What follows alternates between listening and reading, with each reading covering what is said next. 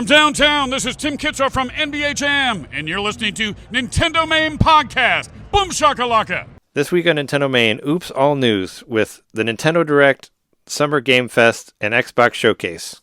I guess it's time for some new bingo ideas. 5 minutes of thumb wrestling, 30 seconds of Zelda.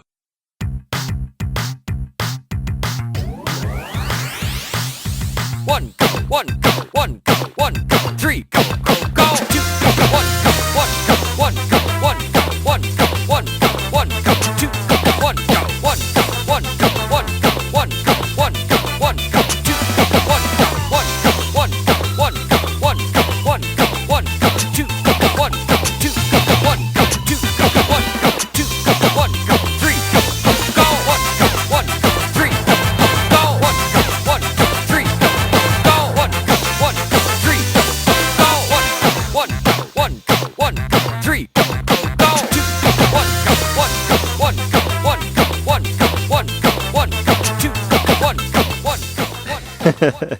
Yeah. I actually timed it. It was 3 minutes, but still, it felt like a really long time. Way too much. Yeah, I was like, what? I saw a really funny Simpsons meme on there where it's like, it shows Mr. Burns and he's like, we had 100 takes and that was the best one. Yeah, it was like, it's like, really? You're wasting our time with this?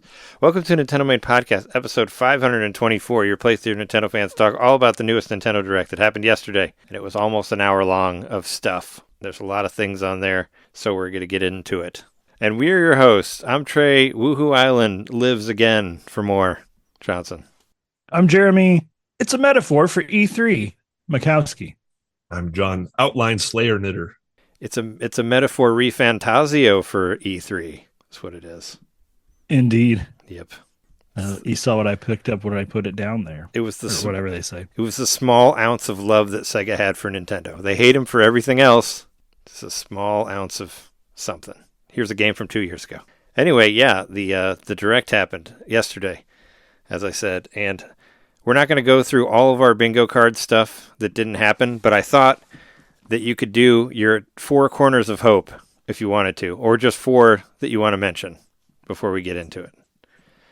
I can do mine first. My 4 corners of hope is what we're going to start with. We're not going to read our whole cards, but we could do the 4 corners of hope. I guess one of my corners did come true, so look at that. My 4 corners are Stranger Than Heaven, didn't happen, has been announced without Switch 2 on it. That's one of the reasons that Sega hates Nintendo now. Number 2 is Doom the Dark Ages. Also didn't happen. Bethesda hates Nintendo also. And Persona 4 Revival. Once again, Sega hates Nintendo because they don't want to put it on Switch 2. But the one thing that did happen out of my 4 corners is a Final Fantasy that isn't Final Fantasy 7 happened. So there you go. That's a good thing to hope for after all the Final Fantasy 7 you've been playing. That one did come true though. I did have one. So mine, none of them happened. I went for Dreamcast NSO, Game Gear NSO, 32X NSO, and Saturn NSO.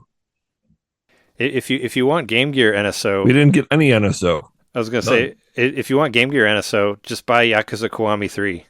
It's on there. I mean, you have to buy a game to get it, but it has Game Gear Nintendo Switch Online on it. It's the same thing. You could just pretend that it's part of Nintendo Switch Online. Yeah.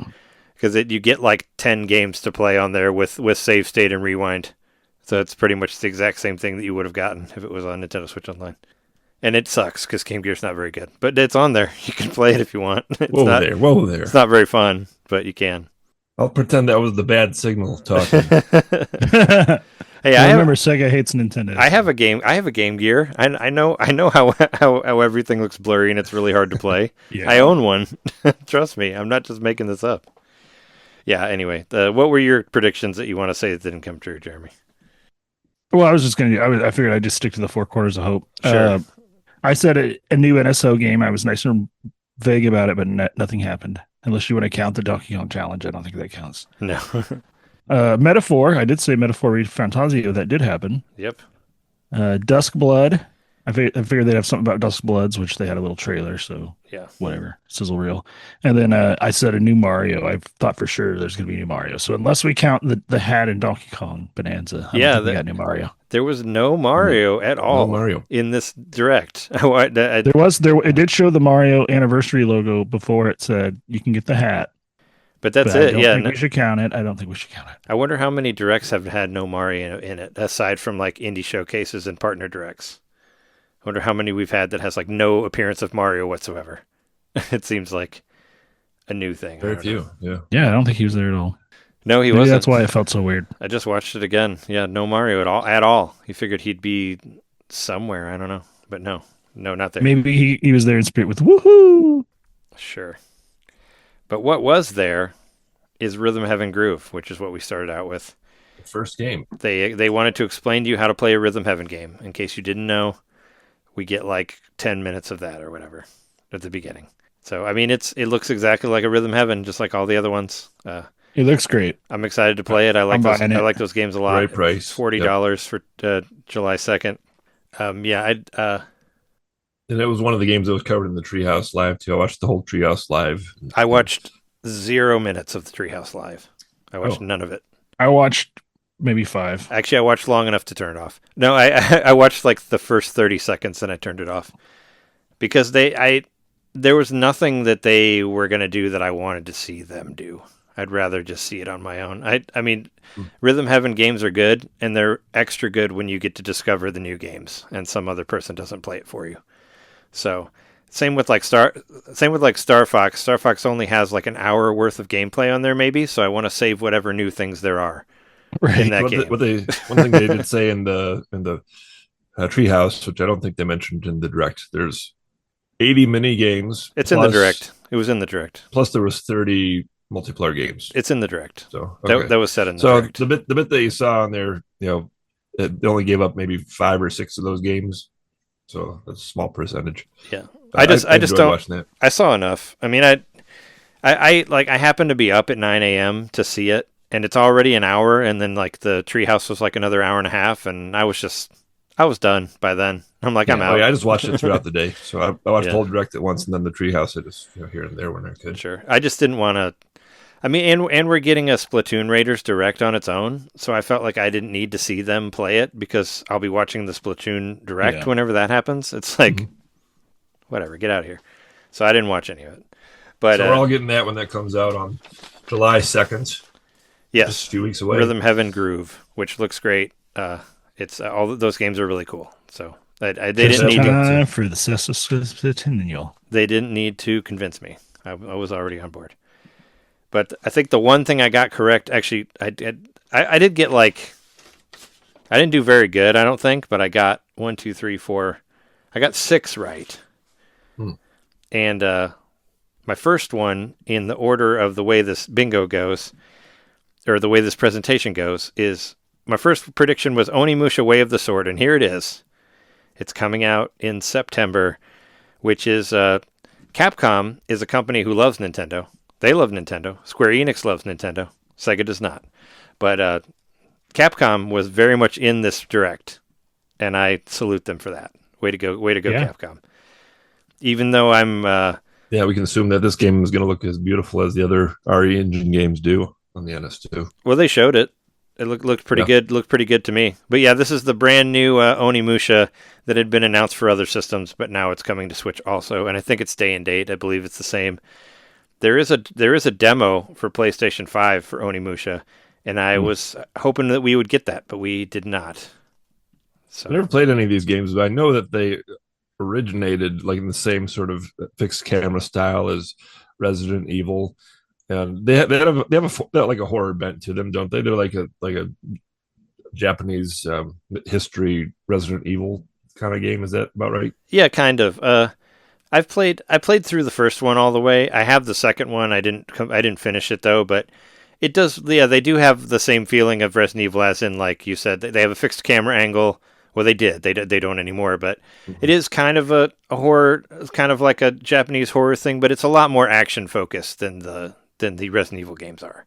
Even the original PlayStation ones had a lot more that you could do. like with your sword moves and all that. And now you can do it with motion control if you want to, which I won't. So like Capcom makes Devil May Cry as well, don't they? Yeah, that was also in the Direct. Yeah, okay, so, Devil May Cry 5. Also there a little later on, but like I guess I'm wondering how are they different from each other because that seems like kind of in the same lane. No, they're not. All that kind of stuff. They're not. Devil May Cry is a little bit more like intense action, whereas Onimusha has a little bit more like a slow horror kind of bent to it. Almost stealth element. Yeah. Onimusha is much more like Resident Evil, but with swords, I guess you could say. I see. Whereas Devil May Cry is like Bayonetta. It's like a full-on action game. Okay. With combos and dodging and all that stuff. I would not consider them to be similar at all, I guess, as far as like aside from just the action combat, I guess. But it's not as the combat in Onimusha is not as complex as it is in like Devil May Cry. Gotcha. Well, I'm interested in this. But I'm interested. Yeah, I mean, September's looking pretty fucking packed, so I don't know if I'll actually end up getting this game when it comes out, but I'd like to get it at some point. Another dark game. We got Dragon's Dogma 2 Dark Arisen. Yeah, that's another Capcom game, by the way. Capcom game number 2 so far. Actually, I heard a lot of great things about this game. I did buy Dragon's Dogma 1 because it was on sale for like $7 on Switch 1. It gets really, really cheap. And I saw that on there, and I was confused by something because that is also subtitled Dark Arisen. They just love the title, I guess. I didn't notice that, and then I clicked on it, and I was like, yeah, it is. It says Dark Arisen again. Sequel are both subtitled the same thing. I've never seen that before. Anyway, I heard good things about Dragon's Dogma 2. Those pawn guys that are in there that it showed, they're just born to die pretty much, and they like know that, and they talk about it, and I think it's kind of funny that they're just people that join your team, but they know they're just they know they're like expendable, and it's just part of their race or whatever. So it's got some interesting quirks to it, and as you could see, you could climb monsters and stab them in the back of the head and all that fun stuff. So I'm intrigued. I don't know. I liked, like I said, I liked Dragon's Dogma 1. I liked everything except for the combat. So hopefully the combat's better in this one. That's coming October 9th. Then we got Stellar Blade, which is more of a timing-based action game. When I saw this, that kind of looks more like a Devil May Cry thing, from what I gather from it. You know what I initially thought this might be? I thought, is this another PN03? Because she's wearing kind of the same outfit as like. I mean, she's not wearing all white. Yeah, she was wearing mostly white, like a kind of a techno-looking type of outfit. That's what I thought anyway when I saw it. Oh, I just heard that it's kind of a horny game. It's got a lot of butt shots and all that. I don't know. That's all I've heard about these games is that they're very like, kind of like Bayonetta was like that too, but a lot of like sexy camera angles or whatever. Lady, whatever. Lady in tights jumping around, stabbing things, like that sort of thing. I know that a sequel was announced for other systems the same E0 season. It was on. This game's kind of on one of those other things. This is like from 5 or 6 years ago, I think. Yeah, I don't know how old it is, but I mean, yeah, it came out before. If I look for it, I'll probably get kicked out of the Zoom, so maybe I shouldn't do that. Yeah, it didn't really grab my attention, but we'll see. 2024, so it's only a couple years old. Yeah, this next one, good year. This next one absolutely has my attention, and it will have my dollars. Orbitals, yeah. Finally got a release date, right? Yep. This is coming out when? It's coming up September 3rd. And let's see, how much is it? I forgot to put the price down. Wait, no, it's $39.99 plus there's DLC for an extra $15. Yeah, I didn't know if it had a. I tried to add the price of anything if it wasn't on there, like because like the Final Fantasy game, which we'll talk about later. The only reason I know the price for that is because the physical went up for pre-order on Amazon. Like it's not actually on the store. I went up for all of these games, at least for the Direct. I looked on the website and I found a few. You'll say not all of those. Yeah, not all of them have it, but Orbitals, it's $40, so that's a pretty good deal. Yeah, and then you can get the DLC includes like soundtrack, and I think it's an art book and all that kind of stuff. So that's cool. You get the full soundtrack. Extra $15, and this just seems like my kind of thing. So I think I might just go for the whole thing. You just need somebody to play it with you. That's the problem with this game is I'd like everything except for that it's forced 2-player. I've said that before, but yeah, I think that's kind of interesting though. I don't want to buy a game that I can't play by myself because that's my favorite way to play. It looks really, really cool, though. Yeah, I it don't does. mind it. Like, I want to play one of these types of games, the forced 2-player games. I've never played one like that before, but I can imagine, like, as a game designer, there's probably lots of things that you might have ideas for to require 2 players, but you can't do them if you have a 1 player. So this is just kind of cool to, like, okay, that was a big thunder strike there. Did you see it? I heard it. Yeah. Oh yeah, it's supposed to be raining right now. I don't know. Yeah, if anybody hears any weird interference going on, Trey's having a thunderstorm over there. Yeah, we got no power. We're recording this by candlelight, so we'll see how far. Actually, right now I have a good signal, so let's just keep going. Signal's all right, doing so all right. Orbitals, I'm totally getting this, and you guys can both play it with me. I'll happily share it with you. Yeah, it's got online game share, obviously, right? It has to. It does. Yeah, and you can it's NS2, but you can also share it to an S1 if you want to. That's pretty cool. But I think that's only local. Is that only local? Yeah, whenever you share, from my understanding, whenever you do game share, if you're sharing from Switch 2 to Switch 1, you have to be in the same room for that. Like, because Switch 1 doesn't have the ability to do online game share. I've never tried it, but that's what I've been told by other people who do it.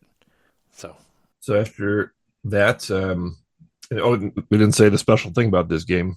If you haven't heard of this game before, it's styled entirely like an 80s anime, and I think it pulls it off better than I've ever seen. There's lots of games that try to look like animation, but they're like, you move a certain way and it's in 3D, and that is actually a video game after all. Whatever scenes there are here, they're being very well hidden. Like it just looks almost completely like you're watching a 2D 80s anime, and I'm all there for it. I love it. Yeah, the animation looks really good from what I've seen of it. So, Rayman Legends Retold. Yeah, this one's interesting. Number one, the game is already on Switch 1. I mean, the original one. Mm-hmm. This is a remake of it. But from what I've heard, that's cool is this game is the second game on the Switch 2 to have ray tracing. There is actually ray tracing in this game, and it's going to run Rayman tracing. Yeah, it's going to run at 60 FPS with ray tracing. Well, because it's 2D and it's easier to do, I guess. But that's a big thing. I don't know. People are excited. He doesn't have limbs, so there's less to trace. Yeah, people are excited about that, I guess. Since we only have Star Wars Outlaws and the Rayman are the 2 ray trace games on Switch 2 so far. So there you go. I mean, I don't see myself picking this game up. Like I did play it for Wii U when it originally came out, like a long ass time ago. Same, yeah. And it was fun on Wii U because, well, there wasn't a whole lot to play, but it was a good, like, 2-player, 2D game or whatever, and the music levels were great, and they're adding more on there. They said there's, like, 5 more including music. MC Hammer, Can't Touch This. My favorite song. So I always wanted that to be in a video game, and here it is. I've been waiting for it to show up in Guitar Hero and every other I'd love to see how you play Guitar Hero to that song. I don't think there's any guitar in the song. Super Freak. Yeah. Oh, yeah. That comes out October 1st. Next up is Big Walk, which I'm really surprised they didn't say this in this direct, but this is from the developers of Untitled Goose Game. Like, is it? Front and center, it is. Oh, weird. Yeah, and I remember them talking about this years ago. Is it House? Is that the company? It's House, yeah. Uh-huh. Okay, yeah, I remember. Why didn't they put that right at the first from the developers of Untitled Goose Game? Boom, you sold 1 million more copies of this game just by saying that. Yeah, I mean, I saw the company name and I was like, I know that from somewhere, but I couldn't put it together that it was the Untitled Goose Game. Yeah, it's them, and looks like they're really branching out, doing something quite different from that. I mean, it's got that sort of mischief aspect to it. Well, it's like it looks like a multiplayer walking simulator. You can casual piss your friends off by kicking their binoculars into the river for no reason. Yeah, it says like if you wake up in the morning, you can steal something and throw it in the ocean. Yeah.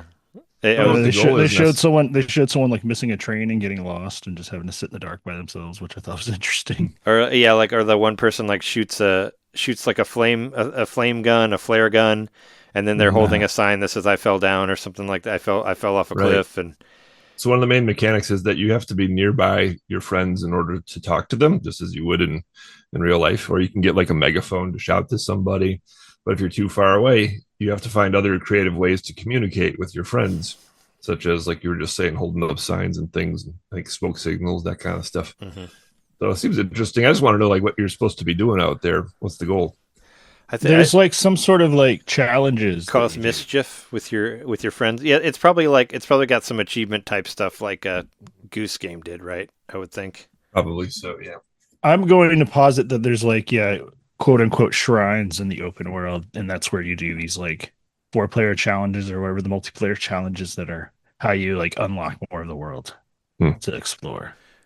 Maybe so. I don't know. I mean, this doesn't seem the like character models are pretty funny. They look very early CGI. They look like they remind me of the bird that dips down to drink the water, like in the Nickelodeon commercial. The drinking bird. It's like a Nickelodeon commercial where like or from it has like a straw that comes down. Or for the drinking bird, that we know that's been right, the actual drinking bird, the toy thing or whatever, Yeah, it's got mouse controls and cross-platform. Seems cool to me. I'm in just because it's from the developers of Goose Game. Yeah, I don't. Excuse me.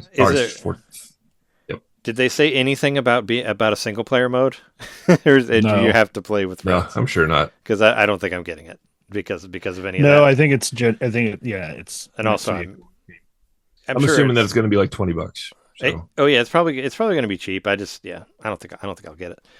But I mean, it's whatever. I did want to point out what I forgot to say at the beginning of the show is I saw a breakdown of like what every game was for, like Switch 1, Switch 2.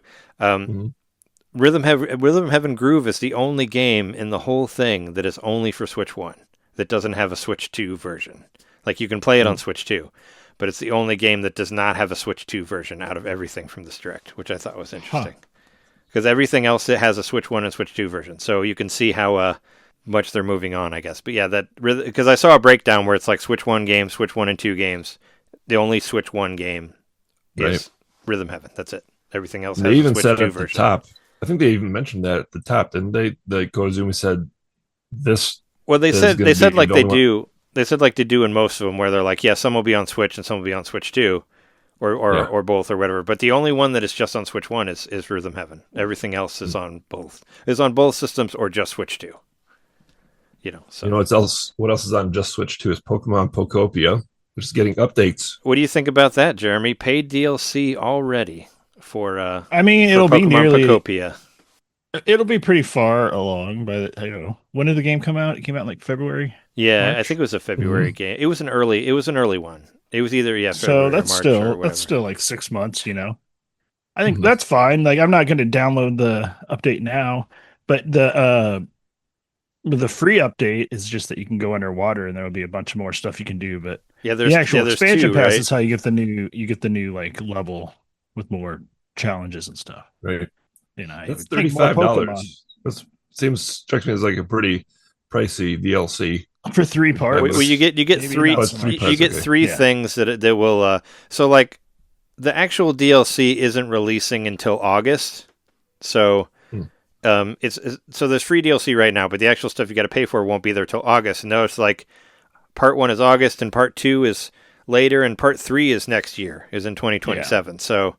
There's three. It kind of works the same way as like the other Pokemon games had this too. Like Pokemon Sword and Shield and Scarlet Violet had the similar thing. Where you pay like $40 and you get like two DLCs that come out at different times. So I was under the impression that it was part 1 of the DLC that's available today, and that the free update is coming in August. No, the free update is now, and the paid DLC is coming later. But the free you can buy it right now. You can get it, but it's like there might be some cosmetic stuff, but you can't do any of the extra gameplay stuff till August. So the ability to dive will be part of the free update, but you won't get that until August. That's how I understand it. Otherwise, I would have been diving today. Oh, okay. So you can't go underwater yet? No. Okay. Actually, according to the website, part 2 isn't coming out until next year either. So part 1. Well, now it says, this says part 1 comes out at the end of October. And it says part 3 comes out in March of next year. And then, part 2 comes out in March. And part 3 comes out in September of next year. So this is kind of, they're pulling out a whole like year of download stuff here. So there you go. Well, anyway, I'll be interested whenever Bubbly Basin is available. That'll probably be when I jump in. Yeah, it says Literally, on the to the eShop it says Halloween for Bubbly Basin. But I'm done with the game for now. So you still got some time. But I mean, but you're into it, right? You're into doing more stuff with Yeah, absolutely. with Pokemon Pokopia. I never got to do that with, Dragon Quest Builders. So the thought of going back to this later makes me happy. You couldn't get to go underwater. Well, you just couldn't, once I was done with it, I was done with it. There was no DLC coming. Oh, sure, yeah. I think there was some, but I think it was just like cosmetic or whatever. I don't think It was. really mattered. But speaking of other stuff that's happening in September, Fire Emblem Fortune's Weave. The Weave of Fortune. I did have Fire Emblem, just Fire Emblem. Yeah, me too. That counts. I had I made it vague because what I was hoping for, and I said it before, was an official Switch 2 version of Three Houses with mouse control, is what I really wanted. Yeah. But we're still not getting that, I guess. I was hoping that we'd get an update to the other Fire Emblem games because I think they'd work great with the mouse mode. And there's no mention of mouse mode in this either, in this one, even though it's Switch 2 only. Since you're, moving your guys around the map and all that, why can't you just point and click them? I'd like to try that and see. I kind of wonder if it's not how it would go or not. Just assumed and they just didn't mention it. Yeah, well, I mean, all the ones that had mouse mode, they do say mouse mode a lot in this direct. Yeah, so I don't know. That's true. But yeah, Seems like whenever they're in a dry spell, they could just go back to all the Fire Emblem games that were on Switch. How many were there? 2, 3? Fire Emblem, there's 2 on Switch. Yeah, they could just go back to those and say, "Hey, now mouse mode." That seems like.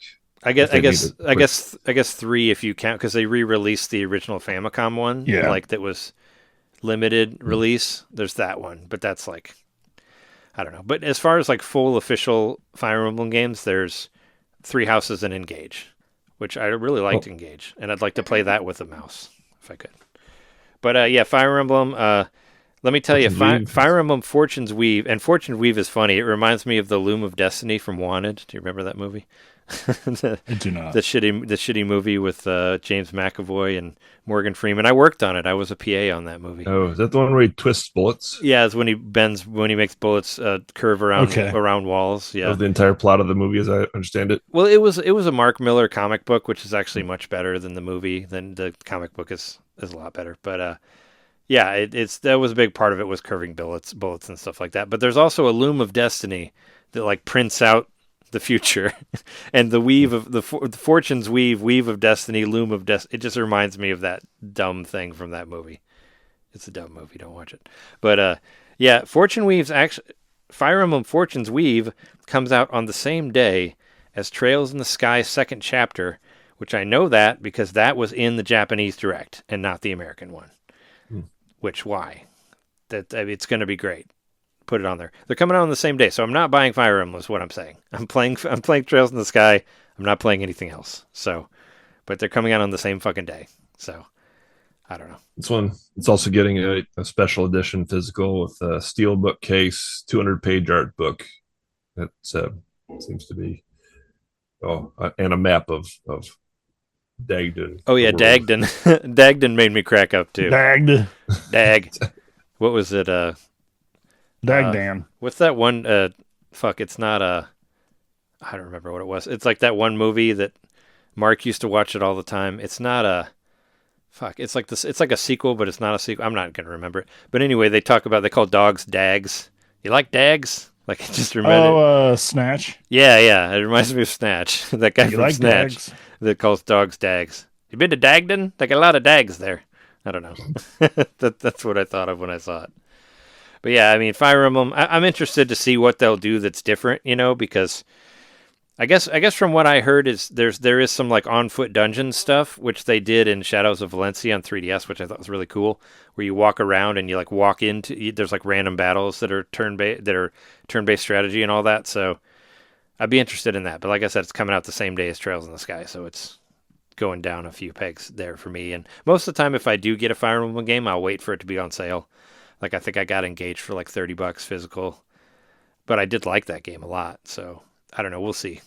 But that one's kind of a maybe for me. But a lot of people like it, and it is an unofficial sequel to Three Houses, from what I understand.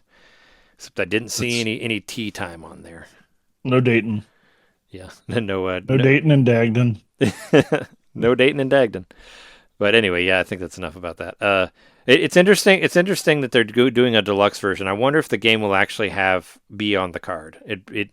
You know, since they do game cards and all that, and Nintendo does sometimes too. Like Pokopia was a game card, and it's funny to see like a deluxe version and then the game's not actually on there. It's just a bunch of extra shit.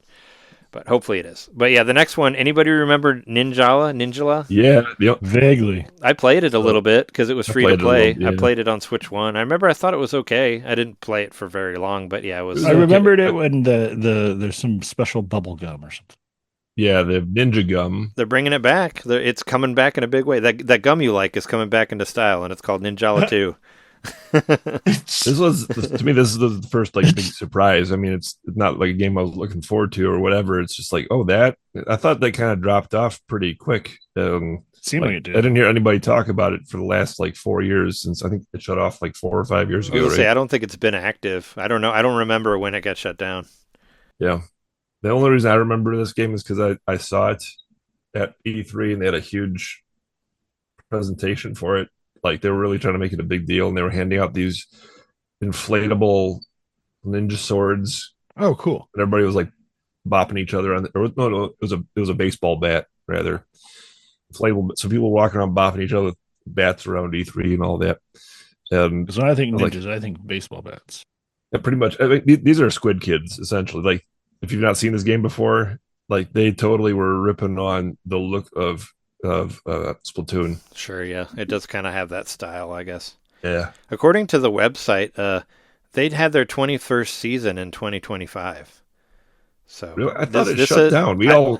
I thought it did too, It but did, right? but this says that Ninjala season 21 started in August of last year.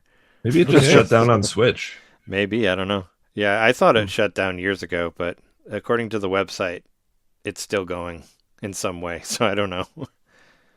But All I right, mean, well, that's coming out spring 2027. but that's kind of something I never expected. Ninjala 2. So yeah, Yeah, maybe they went back to the drawing board and it's really good now. I don't know. It's Yeah, now more chewy. I don't know. I just mentioned the what I saw, as far as their setup at the show, just because it was huge and it was like, oh, there's somebody behind this game trying to make it happen. So yeah, makes sense that they would try and go for a number 2, even if it was like a a mid-level hit or whatever. So cool for those people who like that game. Next up is let me start over again. DK Challenge. DK Challenge. This one. Challenge, come. So Donkey Kong DK Challenge. I actually played this last night. Oh.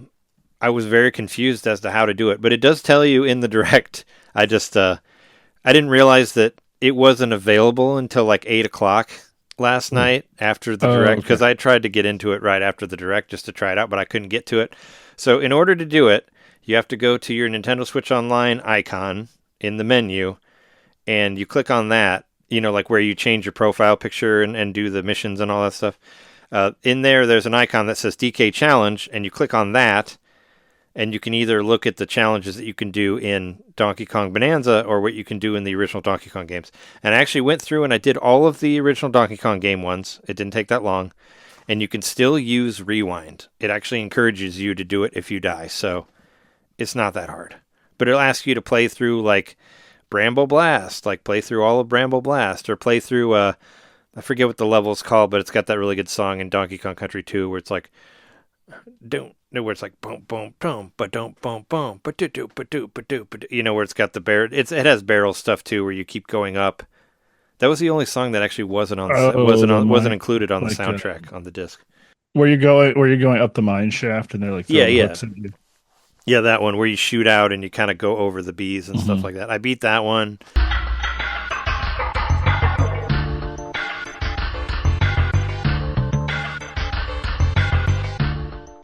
The first like jungle hijinks level, that's one of them. And you basically Now, do you have to have these levels unlocked already, or do they let you just go straight into it? No, it'll take you right to it, which is really Okay, cool. cool. So you go to the Donkey Kong, to the DK Challenge, and you click on whatever, you press A on whatever thing you want to do, and it'll take you right to it. But it'll like it'll take a second to check and see if you have NSO or whatever, Yeah. But once it knows that you have it, it'll go right into it with no loading, which is pretty cool. But yeah, there's like a few levels from Donkey Kong Country 1. There's some levels from Donkey Kong Country 2. There's some levels from Donkey Kong Country 3. There's some Donkey Kong arcade stuff that you do from Donkey Kong 1, 2, and 3, and Math. I had never played Math before, but I played it on here. It's a weird game. Did you go to school? I had to learn how to do math. It's tough. It's tough. Well, it's like get 87 by climbing up and grabbing numbers and grabbing, find a way to go from like 1 to 87 with a whole lot of times. And I went over and I divided and I did a bunch of shit, but I finally got it. I don't think I've ever actually played Donkey Kong Math at all. But I did. There's one level from that. I did that, and there's also the Donkey Kong Land 1, 2, and 3. So there's a level from each of the Game Boy games. And then at the very end, you fight King K. Rool from Donkey Kong Country 1. And you beat him, and then you have everything done.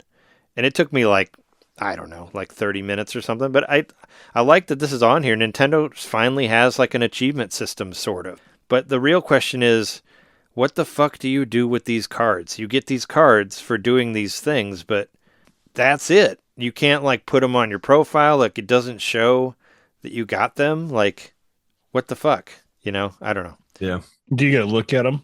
I mean, yeah, you can look at them, but if you're kinda like nice. going through all these things to like unlock these cards, and if it is like an achievement system, you should be able to make like profile icons out of them or something like that to show off that you display your 10 that favorite you cards that or you something. beat King K. Rool, or that you did, because there's like developer challenges for Bonanza where it's like beat this thing in a certain amount of time, and I didn't get to those because Bonanza's different. Like it'll show you what you have to do, but you still start the game like you normally would, and you have to go find where those things are. Like it won't take you right to what you're supposed to do. So if you don't know where you're going, like me, who hasn't played it in however long, it's kind of hard to find what exactly it wants. But when I started it, I automatically got like 9 achievements because some of the achievements are about like progressing through the game, and if you've already beaten the game, you automatically get those things, which is cool. So I was just running around in a circle, and it's like, you've unlocked 9 cards. And I'm like, what? But then I looked at it, it's like, oh yeah, beat this guy, beat the game, do this. And I was like, oh, I already did all that shit. So there is stuff that you can get that you've already done. But I did re-download the game just so I could do the DK challenge. But yeah, that's the like sort of Nintendo Switch update that I put on my card as the NSO update. Because I was online at like 5 in the morning or 4 in the morning or whatever when they posted updates to the NES, the Super Nintendo, and the Game Boy app, which are all this, or all the Donkey Kong Challenge. But I think it's cool. It's only going till September, and then I guess it'll be a different thing. But I don't know. It was cool for me to go back and play the Donkey Kong Country games, which I love anyway. So it was nice to go back and play games that I love. It's cool that they have some kind of meta thing to connect all the different games across the different NSO platforms, because some of these games, as we know, they're older and they're a little bit smaller, and you kind of pick up and play it for a couple of minutes. But if you have something incentivizing you to go and check them all out, that's like a nice, a good hour of your time spent jumping around in a couple of different games. That's a pretty cool way to get you to try different things. It's pretty much how it works. And I was very excited about doing it just because I love those Donkey Kong Country games. And I'm glad that they put the Game Boy games in there because I think those games are good. I've said that. I think Donkey Kong Land 1 is a really good game.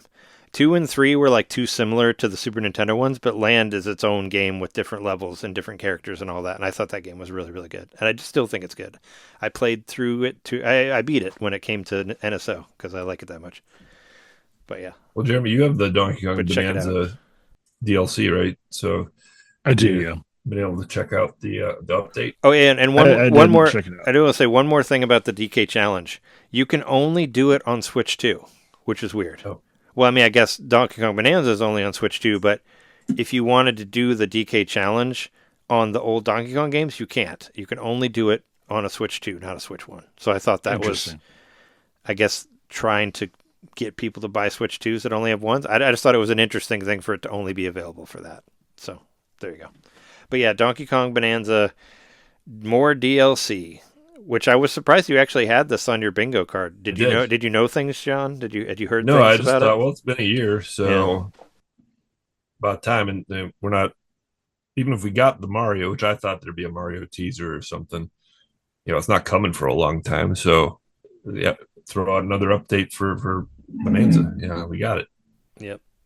I mean, So this is the Super Mario Brothers 40th anniversary collaboration where you can get outfits for Mario. You can get DK can become Mario, and Pauline can wear a Luigi outfit. and a She gets and a the mustache. Yeah, and a Yeah, mustache, and a too. mustache, that's cool. I thought that was funny.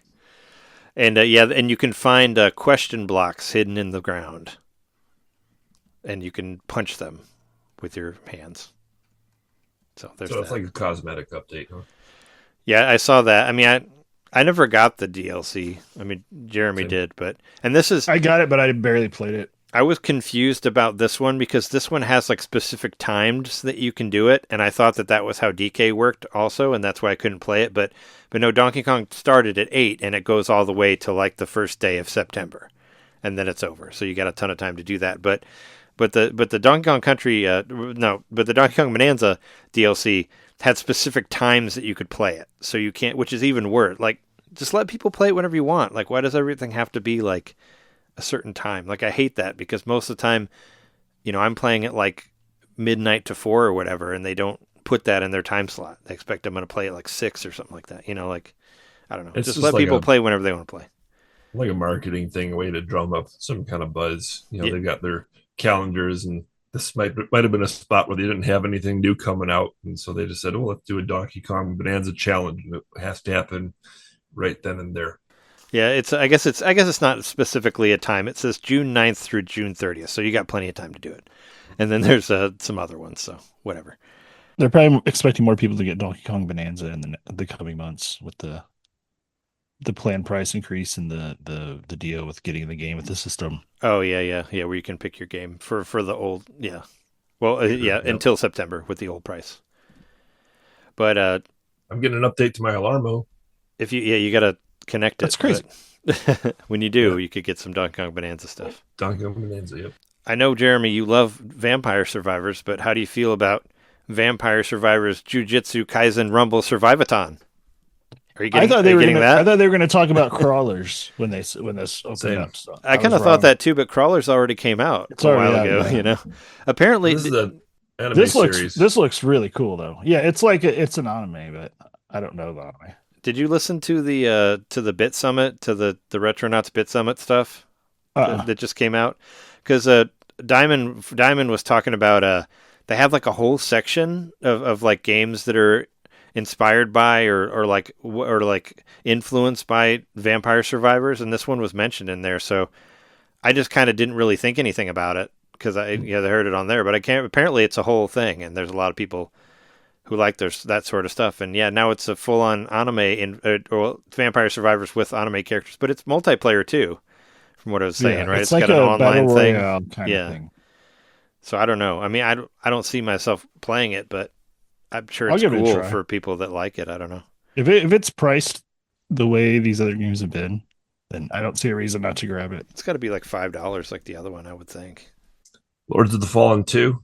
It's an action RPG coming fall 2026. I don't really remember. I don't know what this. I don't know what this game is. I've Me never heard of it before. But I thought it was like a Castlevania game, but I must be thinking of something else. yeah, I was telling Jess, because Jess and we watched it earlier, and I was like, I think if we had a shot every time there was a dragon or a dragon is mentioned in this direct, we'd be feeling Dragon pretty. Direct. We'd be feeling pretty good. Dragon heavy, yeah. We'd be pretty drunk because there's a No lot dragon of drive in here. there's Just a lot of Dragon Direct. dragons. No dragon drive, but no, a lot of actual dragons and dragons mentioned, and this is another one of them, like Dragon's Dogma. But I don't remember ever hearing about Lords of the Fallen. But here it is. I don't know. This is the second one. Yeah, and there's 2 of them even. I don't even know about the first one, but yeah, there it is. But what I do know about is Elves of Pinocchio, or Lies of P, whatever you want to call it. Liza P. Or the big L of Pinocchio, Yeah, I mean, which was his entire existence. for all of us who really wanted to play as Pinocchio in a Souls-like, here it is. I don't know. Apparently, And I have played a little bit of this. Yeah, you 'cause played I do it, have right? it on the PS5 because it's on PS Plus. So I have it. And I heard it was played pretty- a little bit of it. I heard it It's was all tough. right. I don't know. I guess tough. people Feel like liked it. I know it was reviewed well, or people talked about it for a month or whatever after it came out. But yeah, Pinocchio, an action Pinocchio game Where you, Yeah. I should have wrote it down. It says something funny where it's like fight against mechanical demon puppets or something like that. Like, because there are other puppets you fight, I guess, too. I saw a meme that just made me think of this too, like today, and it was like, imagine if you just played a show with your band, and then Pinocchio comes up and he says, "You guys suck," and his nose doesn't grow at all. Oh no. That's how Pinocchio can really burn people. It's just by speaking the truth, man. Does your nose grow in this game? Like, it's called Lies of P. Like, is it? I don't remember. I've never played the game, but my mind automatically thought about like you do lies and your nose gets bigger, and that's like your level, you know, and like how big your nose. You could like hit people from like miles away and smack them with your nose. I don't know. There's this level. No, in, I mean it's a pretty straightforward Souls-like game. there's this level in Yoshi in the Mysterious Book that we just played like a couple days ago with these little snail guys. It's like the most like dick level I've ever seen. There's these little snail guys, and you lick them with your tail, and they become super erect, and you bounce off of them. It's like you're bouncing through like a bunch of giant dildos. I don't know. The Pinocchio thing with the giant Licking them nose all along the way. reminded me Like of running through cornfield. reminded me of the wiener level from Yoshi's in the Mysterious Book, which I thought was kind of fucking hilarious and awesome at the same time. But yeah, when I think about Pinocchio's giant nose, I think about that. The weird snail dick level from from Yoshi. Anyway, Pinocchio's giant nose will be here Cutting on Edge August Race. 5th. August 5th, yeah, Lies of P. And then after that we continue on to another Capcom game, and that's Devil May Cry 5 Devil Hunter Edition. I don't know, people really like this game, I guess. I think I played one Devil May Cry on PS2 and I didn't like it, but you know. I got 3 on the Switch, and I played it for a little bit. I guess I was enjoying it, and then I just stopped playing it. Yeah, we already got a few of them, but I think we just got like the PS2 ones, right? But I think Devil May Cry 5 was like I don't know, what's a game that people talk about? Do we have 4? Is 4 on here? I don't know. Yeah, because no, I guess we don't. We have Devil May Cry 1, 2, and 3, and 5 coming to Switch 2. What is 4? Or is that the one that's just called Devil May Cry? I don't know. I don't follow these games, but you know, they're like Bayonetta is what I understand. They're action games where you... Or Bayonetta was like them, yeah. Yeah, I guess, yeah. Devil May Cry was around before Bayonetta, so true, yes. They made a point of saying that this was 60 frames per second, both docked and handheld. They did, yeah, they did say that in there, and I was like, cool, that's good. Everybody should aim for lots 60 of moves FPS. that cool down, lots of loot, lots of grinding. That's what I remember from Devil May Cry. Yeah, and this one is coming out On the 23rd of this month. Oh, okay. In It's June. actually on sale right now if you want to get it for $10 less. It'd be $10 $30 off. You down get from it, $40. Get it for $30. Yeah, and the sale goes till July 31st, so you get a whole another month. This next one was the big surprise that I'm actually interested in this time. How many of you have this game? Right here. So I have Just one person. I have this game. I have Muramasa. Is this the original game that was on the Wii? Yeah. Do you have that game? Okay, yes, I do have this game. Yeah. Yes. Okay, cool. Yeah, no, Muramasa Demon Blade is a Wii game. It actually is really cool. It's a Vanillaware game. You know, the guys who did, what was that one? Unicorn Overlord was the last game they did. Yep. Yeah. But, yeah, no, it's a cool game. I liked it a lot on Wii. It's really pretty. You collect a shit ton of swords, as you saw from the direct there. You collect like hundreds of swords, and they all do different things. And It's super pretty. and the food looks amazing. Like there's food that you cook, and it looks really, really good. But food Vanillaware always is looks the first one. really good. Yeah. The first one was Muramasa, the Demon Blade. This is the same game. This is This that is the game. same game? Yeah. Okay, so this is just remade with a new name. This is it's basically a remaster of the Wii game, from my understanding. Okay. It's the same game because it has the same Gotcha. characters in it, and it looks the same as the other one. I think it's just. Okay. I think they're just bringing it out again because it was I had another point of confusion here because before it revealed the title, it flashed on a logo, and I put it on the document here. yeah. It says Muramasa Rebirth. So was this announced as Muramasa Rebirth, and now this is the new title, Muramasa Remnant Blades? Well, I don't know what it was because Muramasa originally it was called Muramasa Demon Blade on Switch, but it was re-released on other systems under a different name, maybe. But from my understanding, this is the same game. Like it has the same characters in it and all that. I think. Yeah, if you go to the Wikipedia, it says that that Muramasa the Demon Blade is coming to Switch 2. So, as far as I know, there's only one game. I guess. Wait. With 3 different titles. Yep. So wait, hold on. It says it right here. So, the PlayStation Vita version of the game was called Muramasa Rebirth. Okay. So it was Muramasa the Demon Blade originally on Switch, and then it was and then it was Muramasa Rebirth on Vita, which it came out. So it came out 2009 on Wii, not Switch, on the Wii, and then it came out 4 years later on PlayStation Vita, and it was called Rebirth on there. And now it's coming out in 2027 for all of the current systems, including Switch. As Muramasa Remnant Blades. Okay. Yeah, but it's still the same game. It just includes whatever DLC was in the Rebirth version on Vita, which had some extra stuff, I guess. Okay. But it's still the... Well, no wonder this series hasn't really taken off. They just keep like changing the name. It's a cult classic. I mean, it's really good. It's a good game. Yeah, I it's had a cult classic. I had a great time on it. You're going to pay Wii. a pretty penny if you try to buy it on Wii. Yeah. No. I thought it was a great Wii game, but yeah, it's almost 20 years old. It's a 2009 game. Give a couple years, it'll be 20 years old. So... Next up.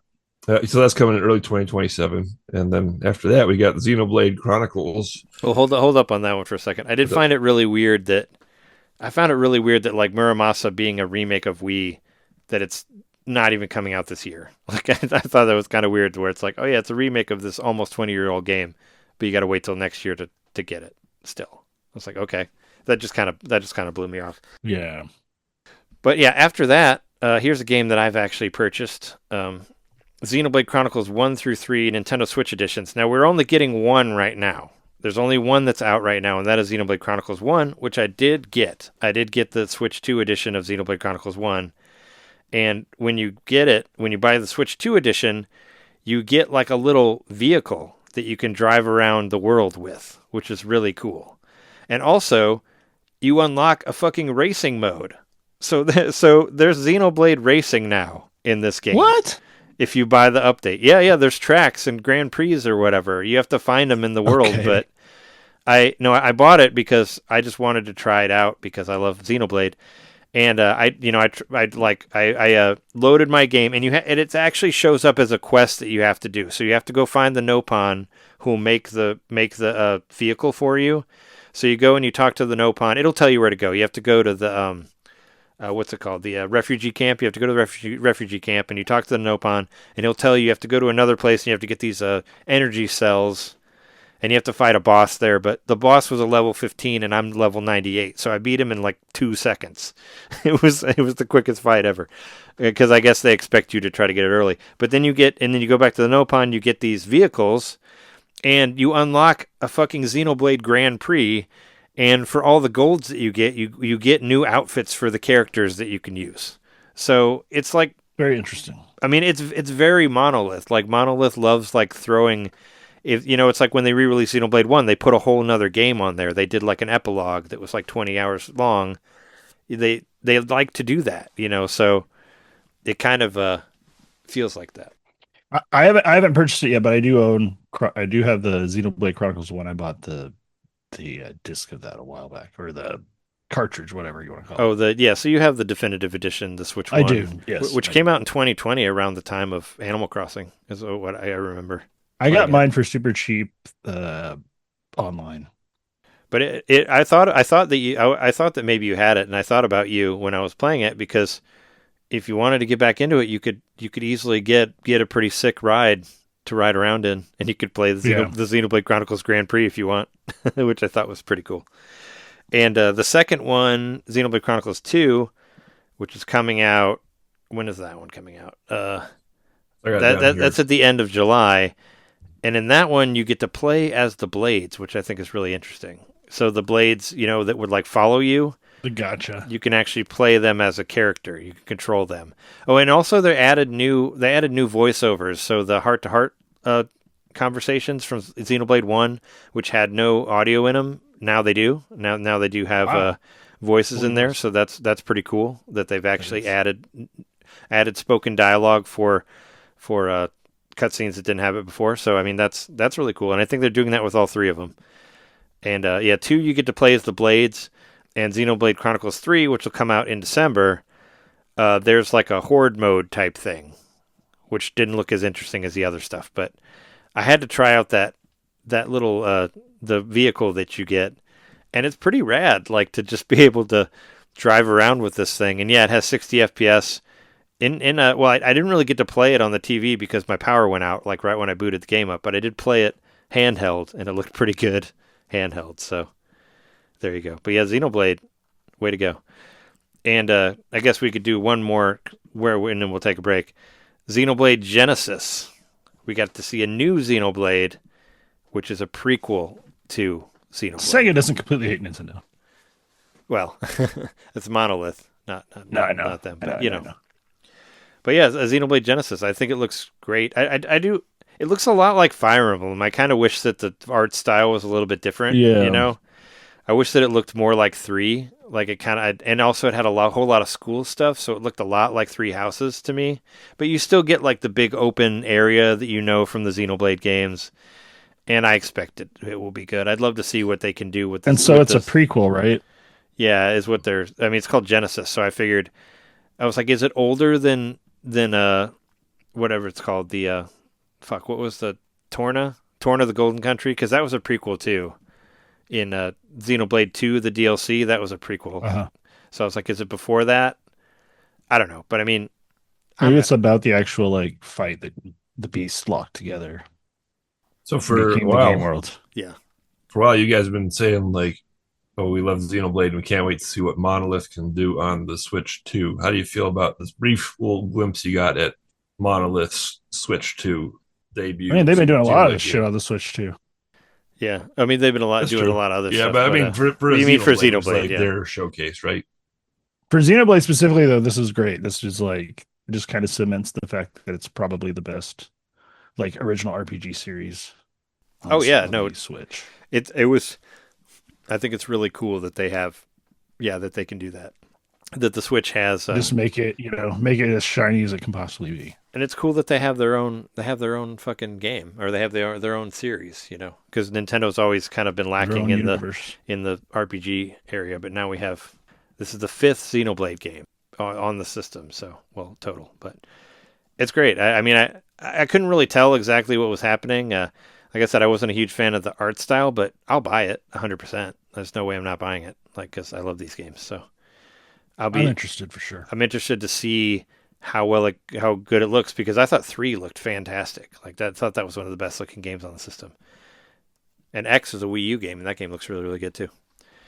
But why don't we take a break here, because my recorder's beeping at me, and it might be low on battery. So I'm gonna see if I can plug it into I think I got a way that I can make it work here. But let's take a break, and then let's go stretch our thumbs for the next segment. Oh God, yeah, we got that coming up. So.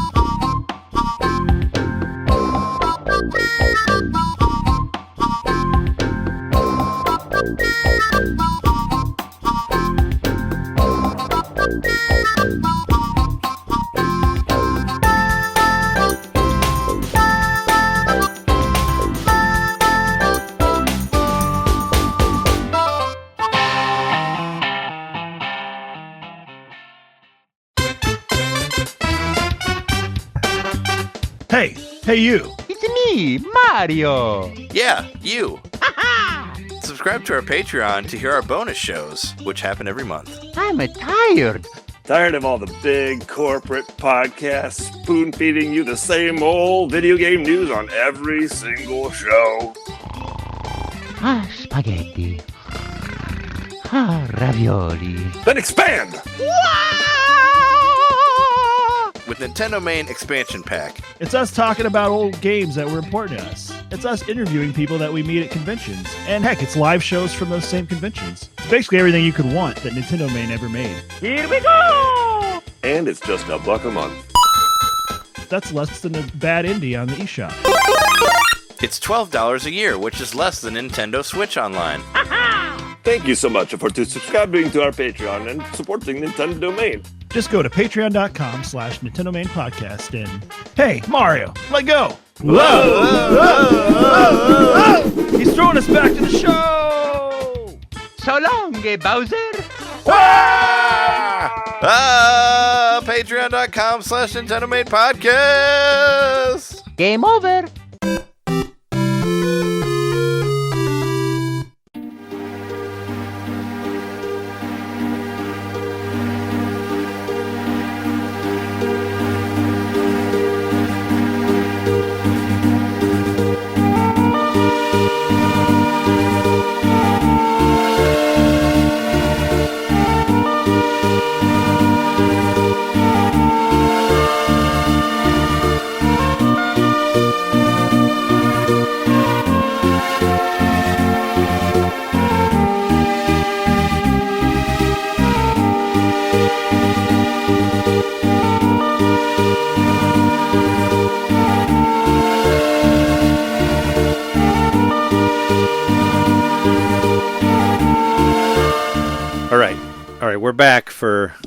We're back from the break for I'm sure it was everyone's favorite part of the whole show.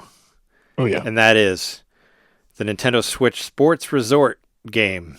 Did anybody expect that? Which will only be on Switch 2. Yes, that's true. Did anybody expect that we would see a remake of Wii Sports Resort on Switch 2? I mean, I guess it would make sense since we already got Switch Sports, but I figured you'd be So is this like the Wii U game, like remade? Well, no, this is the Wii game. Because they sold it in like parts. Well, no, the Wii U game was Sports Club. That's a different thing. Sports Resort was the Wii game that came with the Motion Plus controllers.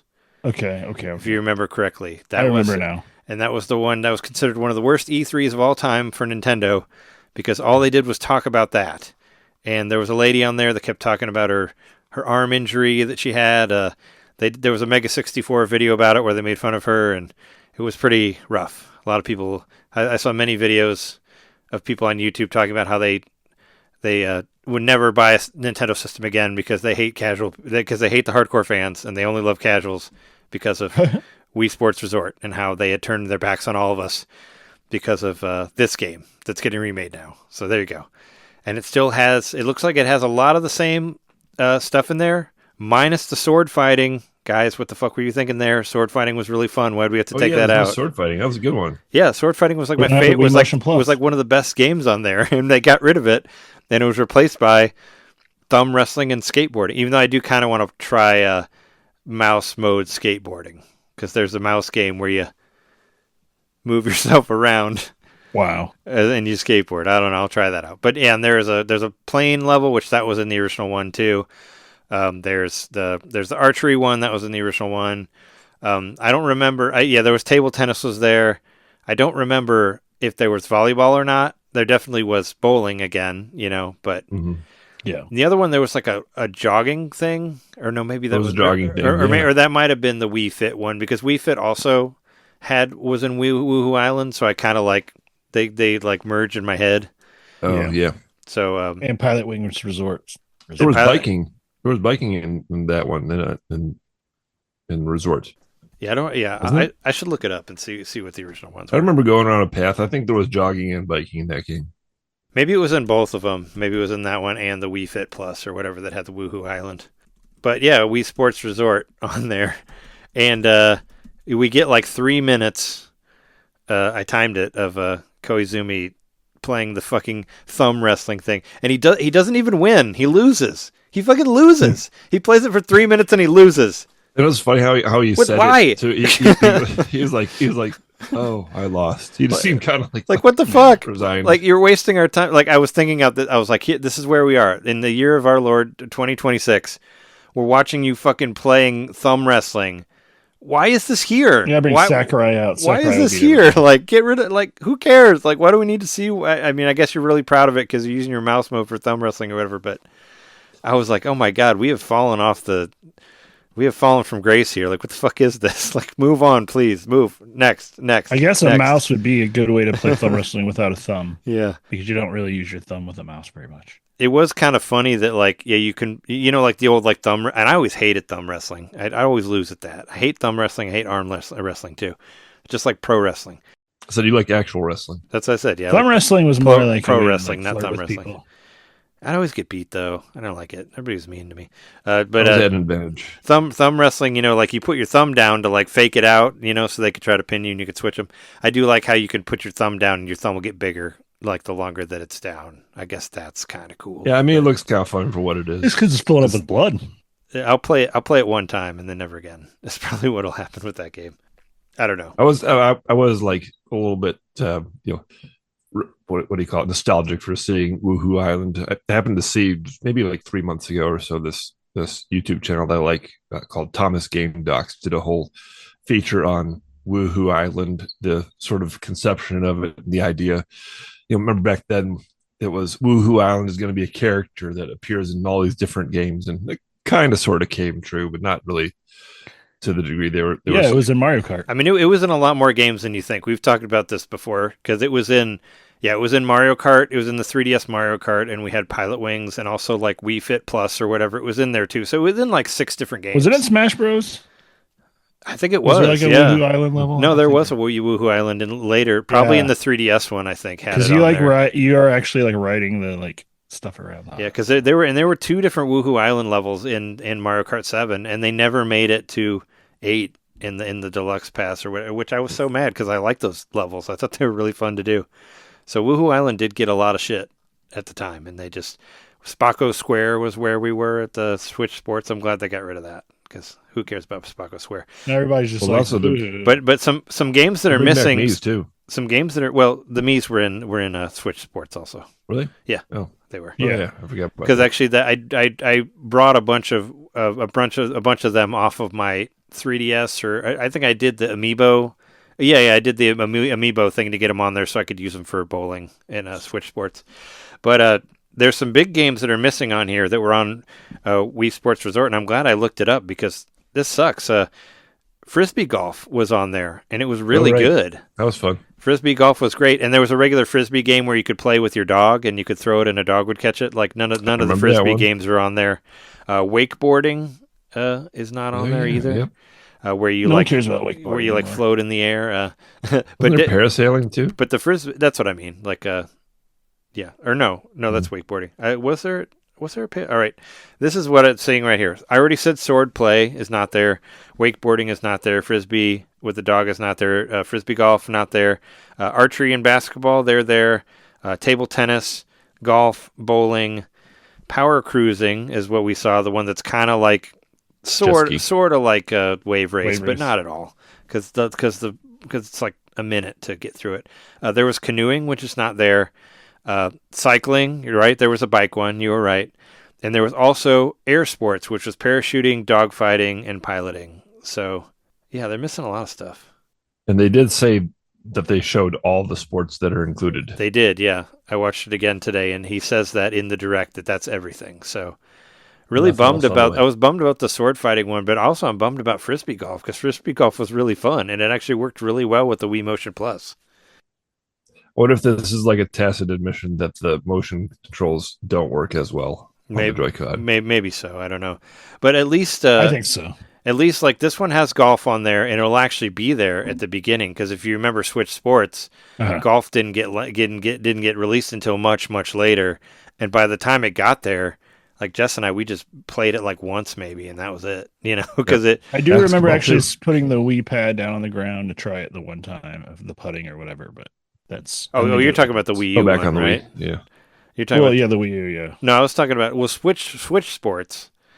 That one had golf on it, but they didn't add it until like months after it released. I do remember that now. It was basketball too. It was basketball super was delayed, yeah. Well. So I mean, hopefully, at least all of these are going to be on there up front because I felt like it really kind of killed the golf because by the time golf got added, I was over Switch Sports. I just wasn't really playing it anymore. It should have been there from the beginning. Yeah, but I mean, I'm excited about playing Switch Sports. I'm excited about playing it on Resort Golf because it might be good. I don't know. coming out October 22nd for $50. Yeah, it is. RuneScape Yeah, it's Dragon 50. Wilds after that. It's a surviving, crafting, adventure. Jeremy, sounds up your alley. Maybe? More Dragon Wild stuff. Wasn't this in the Sony Direct too? I think so. I think that was when they were talking about because it's going to be a PS Plus game or something.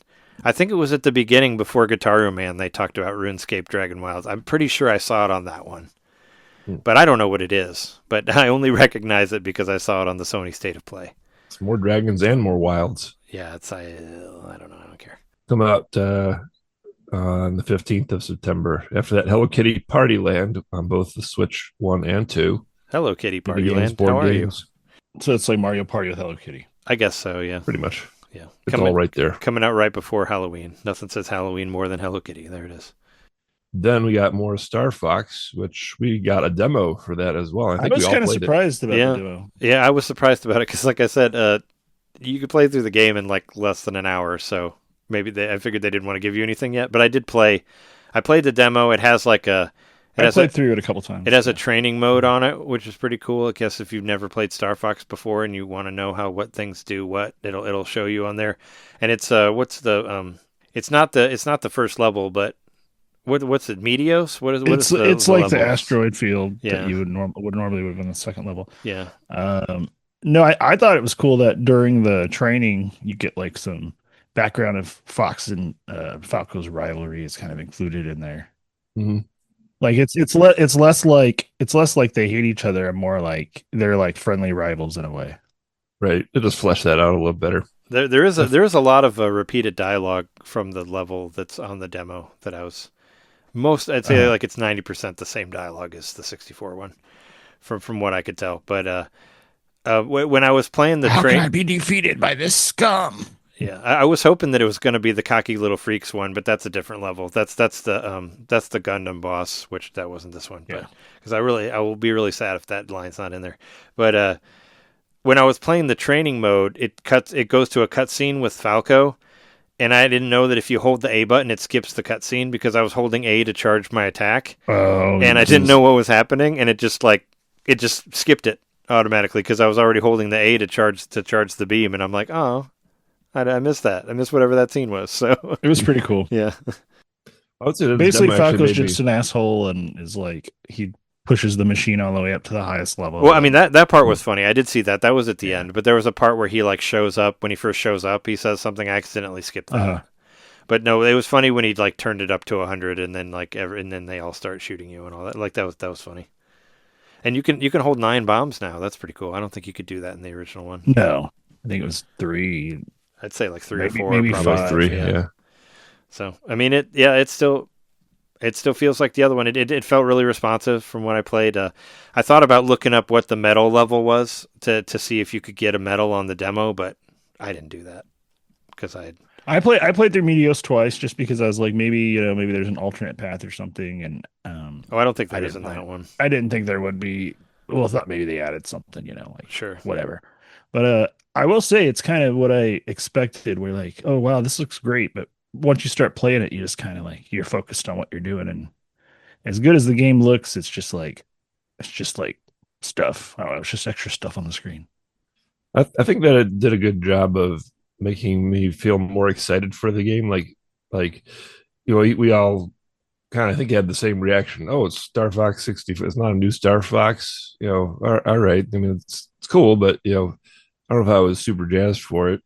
But actually, get my hands on it and seeing how they, I think, successfully flesh the game out cinematically, make it feel a little bit more deep and provide some backstory, even with James and the whole prologue and all that. And then, like you were saying, the training. I think it's just like the best version of Star Fox 64 that we could possibly have. And that's cool, and the price is right, $50. So I say I'm definitely more excited for this game because of the demo. And I enjoyed what I played of it, and I played. You played with, okay. I was interested what that was like. It just worked. You played with the 64 control. Did anybody play? Did anybody play with the mouse for the training? Because no, I didn't try. They ask you. They say you can set it up, and I was like, no. It's like no. It was 2 a.m. I was ready to just I just didn't. Well, yeah, I was playing at like 11 or something, but I just didn't want to. it's like I don't want to get up and go get the Joy-Con and bring it back up. I just don't want to do any of that crap. But yeah, it was like you could try that, and I was like, no, no, I'm not doing that. Sorry. But I also found out who actually is making the game. It's Velan, the developers of Mario Kart Home Circuit, and one of us has that, and Hot Wheels, then the Hot Wheels game, which I really liked. Games. Those are pretty good. Yeah, there's a new one coming out too, which I'm excited about. One thing I was a little disappointed with, I even went into like the settings and stuff. I was like, come on, let's play around with the camera, but they don't. Oh, the camera's not. Oh, you mean like move the camera back or go in the cockpit or like that sort of thing? No, I mean like do the Star Fox face or whatever. Like, oh yeah, you can't do that. The webcam stuff. Oh yeah. So one cool thing that they showed off, because that was one of the games they showed off in the treehouse. It's not just that you can be the different characters, but also you can have like accoutrements on your own actual face. Like you can wear the little eyepiece that they wear, like on your face. Okay, so it's like you get like AR stuff for your actual. Yeah, face. there's AR stuff. That's what I'm meaning to say. Yep. Yeah, so I thought it was kind of cool.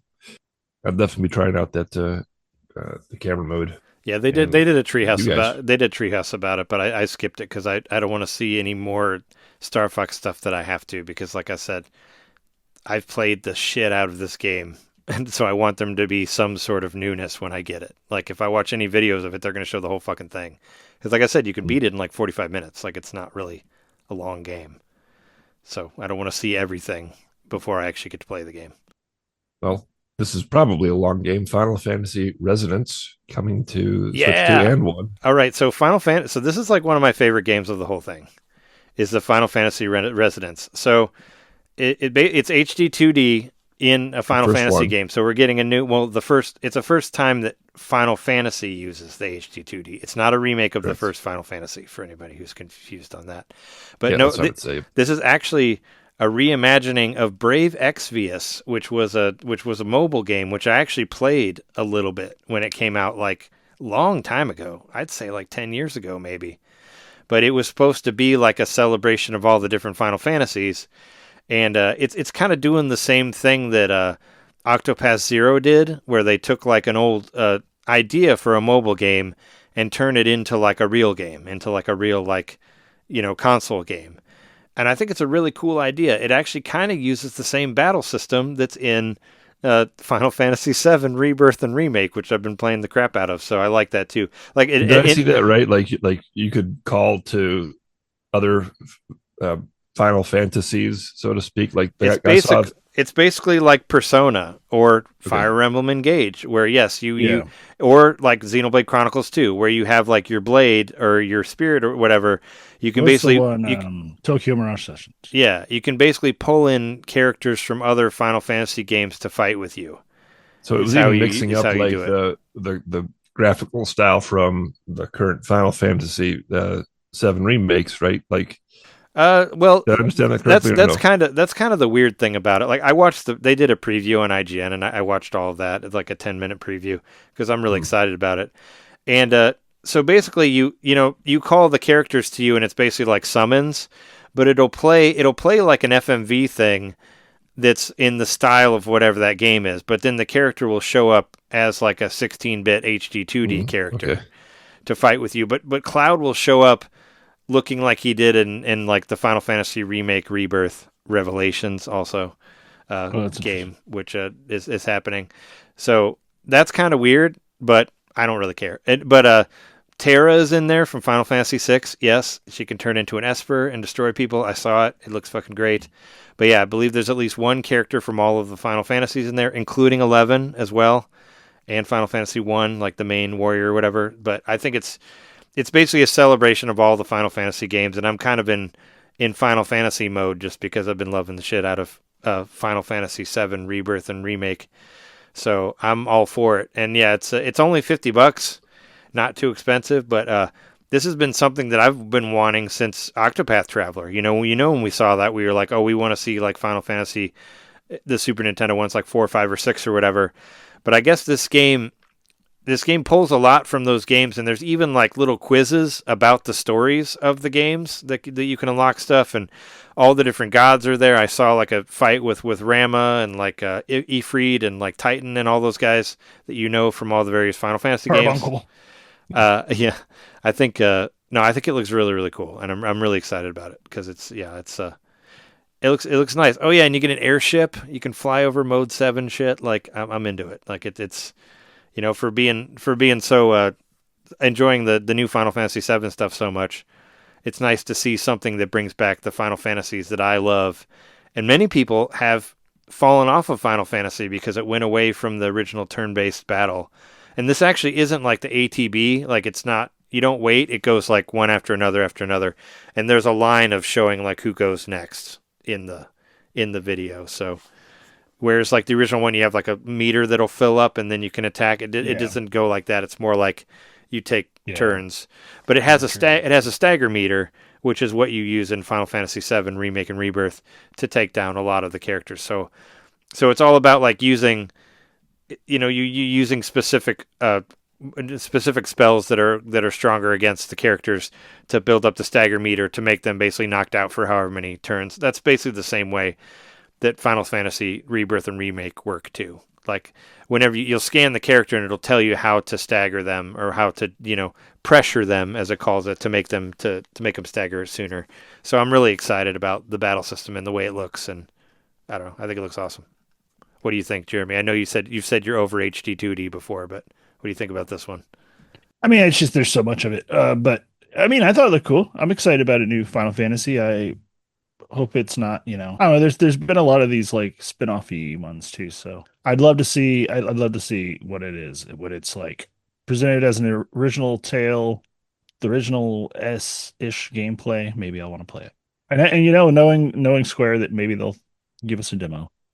Oh yeah, and be surprised, right? Because like pretty much all of these HD 2D games have gotten demos, so I'm surprised that there wasn't a demo dropped for this one, like right after. So, but yeah, no, I think it looks awesome.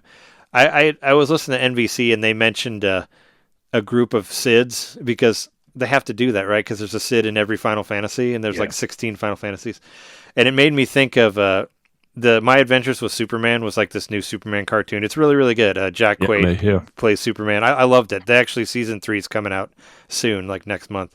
But there's this group called the League of Loises, and they all like there's like a group of Loises that basically go around trying to make sure that Superman doesn't become bad Superman.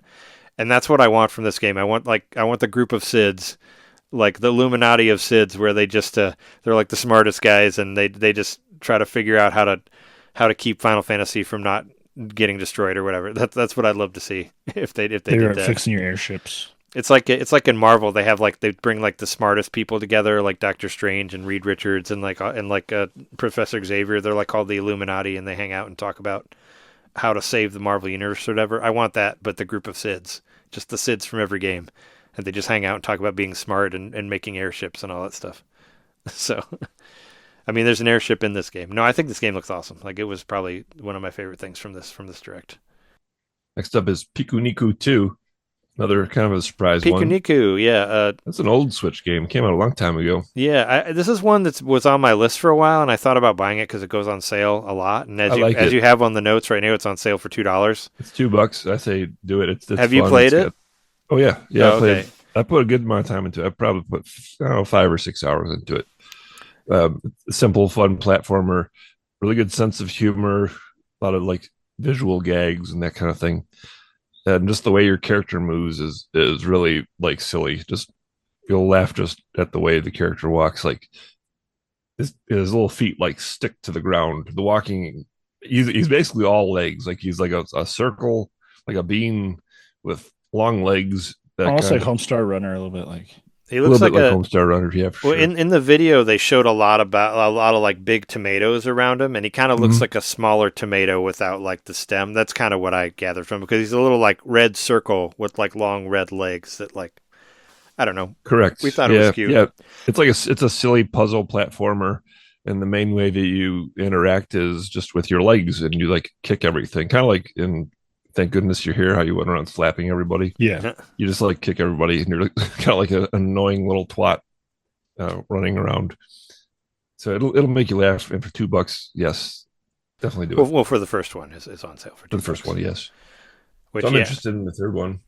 I'm sure. I imagine it's probably not going to be. It's not going to be very expensive, but yeah, Probably not. This one's in 3D.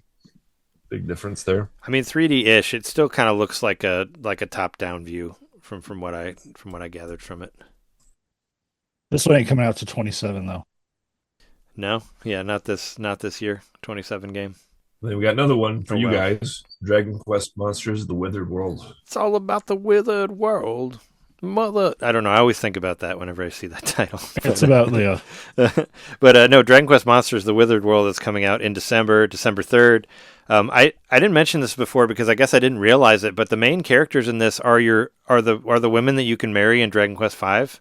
They're the options for wives, including my favorite wife, the one that I married, Deborah, who's like the snarky funny wife who was only in the DS game. She's only in the remake on DS, but I liked her because she was super. She was like, I don't know, she was kind of a bitch about everything, but she always made jokes like whenever you were fighting people. And I went for her, even though I thought, even though Bianca's pretty much the canon way to go, but I went for Deborah because I thought she was fun in that game. But that's the big reveal at the end with the lady with the big hair, which I'm sure most people don't recognize her, but yeah, she was the DS only marriage option. But so I'm guessing this takes place in an alternate world of Dragon Quest V then, because they're like younger Bianca and Nera is the other one. In the original game, it was between Bianca and Nera. I had to look her up because I didn't know her name. I only know Bianca and Deborah.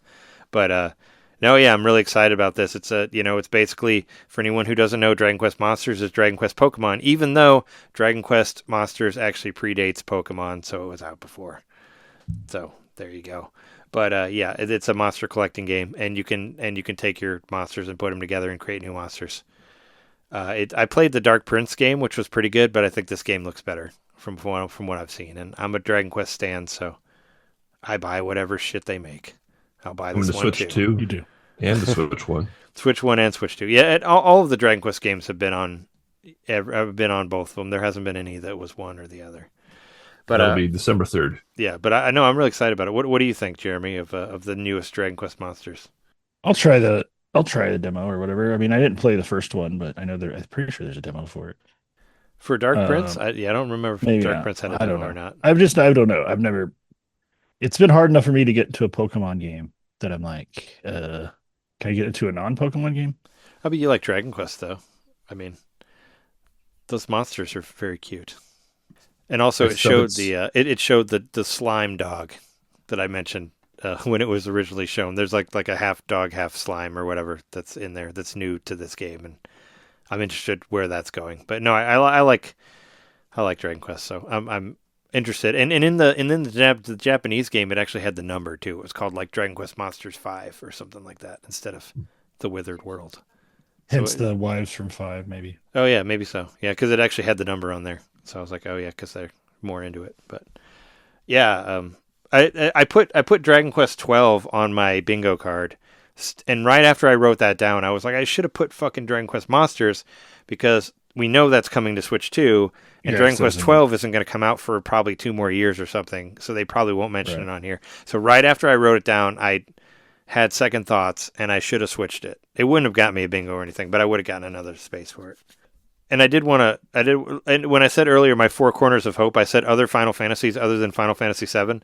Basically what I was hoping for on there, I mean, I got this one, the HD 2D one that looks really cool, but what I wanted was Final Fantasy 13, 15, and 16. Or any of those. Because we have all the other Final Fantasies, well, not 11, but we do have 14. We have 1 through 12 minus 11, and then we have 14 coming also, but we don't have 13, 15, and 16, and I would love to see those games on Switch. 16 is actually coming to PlayStation Plus soon, so you should play through that on your PS5, Jeremy, because I know you got that still. I think it's on the extra mode, but I don't know, give it a go. But yeah, where were we? Oh yeah, the Duskbloods. We got like tiny bit more, still nothing really though. I don't know. Just not announcing the test, which is happening this summer. Sometimes in the summer, which is right now. It said summer 2026, which is like now. I don't know. I figured they. I don't know when. I don't know when or how you sign up for this test, but I would like to play it. I mean, Yeah, we know nothing really about this game. I mean, it's a closed network test, and they do this for. Have they said that this is like a multiplayer focused type of game? I think that's what people. so I think it's going to be a bit like the whatever the Elden Ring game is that I haven't played. Night Rain. Yeah, Night Rain. that I what think it's it's called? going Yeah. to be something in that vein. I mean, it's going to be a different gameplay type probably, but That's what people as say. far but, as that game's retire, like it Yeah. requires but we haven't seen anything about people, it. other people. Yeah, no, I mean that's what I I should have given a little bit more. Really, you can't just say like, "Oh, an open network test coming sometime this summer," and like, okay, what's the game we're going to be playing? You know, It looks like that's a little Bloodborne, bit- though. I mean, it's everything about it looks like Bloodborne, except I guess there's actually a train in it, which I don't think you see like steam powered vehicles in Bloodborne. It's like chariots and stuff still. yeah. I mean, it's got like a big blood moon. It's still just like cutscenes. Like it's not. We've really seen nothing of like the gameplay or whatever. So, and it's still supposed to come out this year. I'm like, No. really? We've seen I that don't know. bird rat guy, and then we've seen Valdo or whoever that is with the There's a guy that has a jetpack. mask on his head. There's a guy with a lot of hair like over his eyes. When I was watching it like at 9 when it was on, and the YouTube kind of got fucked up where like it went like really blurry, and then it came in and I was like, oh, does it really look like that? But I watched it again. It doesn't. It was just because it was the live feed. It got kind of messed up. But I'm on the eShop right now. It says 1 to 8 players online. So it is a multiplayer. Well, it says single system 1 player online 1 to 8. So I was wondering if it actually put the number of players. So maybe you up there. can actually play one player, but it still has to be online. But like Night Rain, you have to have 2 other people that you're playing with on your team. I was just wondering because most of the time it'll tell you how many people you can play with on the online, and there it is. But Speaking of Elden Ring, we did get news. It's not in the direct, but this is just related. The release date for Elden Ring Tarnished Edition coming out August 28th. Yeah. it's like $80 too, right? Isn't that Yeah. the price on that? $80 for a Nintendo thing. It's interesting. I mean, but they're it comes That's with with all the it comes with DLC, right? but yeah, they're so giving it comes but with it's Shadow of the Erdtree. and yeah, it's that Ultimate cost Edition. everything. it's Still, Ultimate it's a Edition, game so that's it like gives 5 you or 6 years old. I don't know if you just make it the regular price. everything. But I mean, it came it's out in 22, so it'll be over 4 years old when Yeah. it comes out. I think it might kind of work for that game because people love that game. People think it's like the best game of all time. So I mean, I don't know. I think I'm people still are gonna, interested. That was Yeah, like the losing only to the- that was the only thing I Thanks, heard about bro. for like years was that stupid Yep. fucking game. Like nobody, I know. that's all that people talked about. I felt for like that whole year was Elden Ring. Yep, It was I was like, one of those people. I know on this show, and I was like, but Kirby and the Forgotten Land's a good game. It came out at Yeah. the same time, but it's a great game. All right, but Splatoon Raiders, we saw a little bit more about that. It's getting a full-on direct coming out at the end of this month, June 30th. So that's why I didn't really watch any of the Treehouse stuff because I was like, Yeah, what are they? I'd rather just wait to see a direct. I don't want to see them Same. play it or whatever. So they're always the Splatoon directs are always fun. yeah, so I was like, I'll wait. I was like, they're going to be a direct. I'll see whatever I want from that, and I've already seen what I want to see from Star Fox or Rhythm Heaven. So Plus, they just put out like a 6-minute video a couple days ago on Splatoon Raiders, so they're really pushing this thing. yeah, and there's I think like they're very concerned that people think this is going to be another multiplayer game. That seems to be the running narrative here. it kind of every is, time though, they right? talk about Secretly, I mean, it Yes. really seems more like DLC than a new game, but that's not how it's Yeah. being built. well, they're doing they're doing like a Splatfest about it, which they talked about here. There's going to be like a prequel comic on the Nintendo Today app to try to get people to look at that. I guess I don't know. I thought about it maybe. Even special Joy-Con. Oh yeah, it's getting its own special Joy-Con too. And yeah, there's like a Splatoon tournament thing or something that has to do with that too. Like they're really trying to build up to it. I mean, to me, I still think it kind of looks like a Monster Hunter type thing. You know, where you get your group together, you go out and collect shit, you come back, you know, you whatever up your ammo or up your armor, go back, do it again. That's kind of what I got from it. Oh yeah, and in case we forget, Monster Hunter Wilds is officially coming to Switch 2 now. They did say it. Oh yeah, So yeah. it is actually in development. That was all we got, but it is coming. So speaking of Monster Hunter, which was on my bingo card, but Same. they didn't show it. But speaking of Capcom's love for Nintendo, there, we got it. So And it's Deltarune Chapter 5 for Switch 2. yeah, and before Deltarune one. Chapter 5. Jeremy has that game. Is I that do, and I still haven't made it through the second chapter, so I've got some catching up to do. that's the last? That's the last of it, right? That's the end. Is it the final I think chapter so. of I think Deltarune? so. We have until November 12th to catch up. Oh, it's not out today. Oh no, never mind. I'm looking at the next one. Oh, you mean It is out. No, a 24th. 6/24 is what it says. 24th. June Okay. 24th. You don't have very much time to catch up. Sorry. Well, I mean, you can still. I mean, you can still play the other chapters. It's not like they're going away. They'll still be there. But you can play if you want to play the rest of it. You can at the end of the month. So there you go. And here's the small ounce of love that Sega brought to Nintendo here with Metaphor ReFantazio. I just have to say, the Xbox showcase. There has to be some sort of fucking deal between Sega and Xbox because they have been showing all of their stuff on Xbox Directs. Like, is that because they want somebody in Japan to buy an Xbox? Because nobody buys them there, ever. Nope. Like, they do not sell there. People But don't buy them here either. but they've been but they've been trying very hard to because Persona 6 and the Persona 4 Revival remake were fully announced on the Xbox, but without Switch 2 on there, which I think is fucking nuts. That pissed me off so much. I felt sick for the day because of that. This is the one fucking thing that I wanted was Persona. What the fuck is wrong with you guys? Persona is a Japanese game, and the Switch 2 is selling like hotcakes in Japan. Come on. I mean, we'll probably get it 2 years later, like Metaphor here, after the release. I was just so angry that the games that I want, the fucking new Yakuza game and the new Persona game, is not coming to Switch 2. What the fuck, you guys? Sega hates Nintendo again. I swear I think they have some sort of deal with Xbox. Maybe because they have a handheld now, they have to keep it off of Nintendo for a certain time. It doesn't make any sense. I saw a lot of hate for it. There was I guess somebody pointed out online that when the Persona games were announced, 4 or 5 or whatever it was, what was it? 3, 4, and 5, right? Yeah. 3, 4, and 5. When they came to Switch, they were announced for other systems, but they weren't announced for Switch until later. But they still came out on the same day. So I have hope for that. But they've already showed the deluxe version, and it does not say Switch 2 on it. So that really bums me out because Persona 4 is my favorite Persona, and it sucks that they're making a really cool remake of it, and I can't play it on Switch 2, and I'm not paying $1,000 for a fucking system just for that.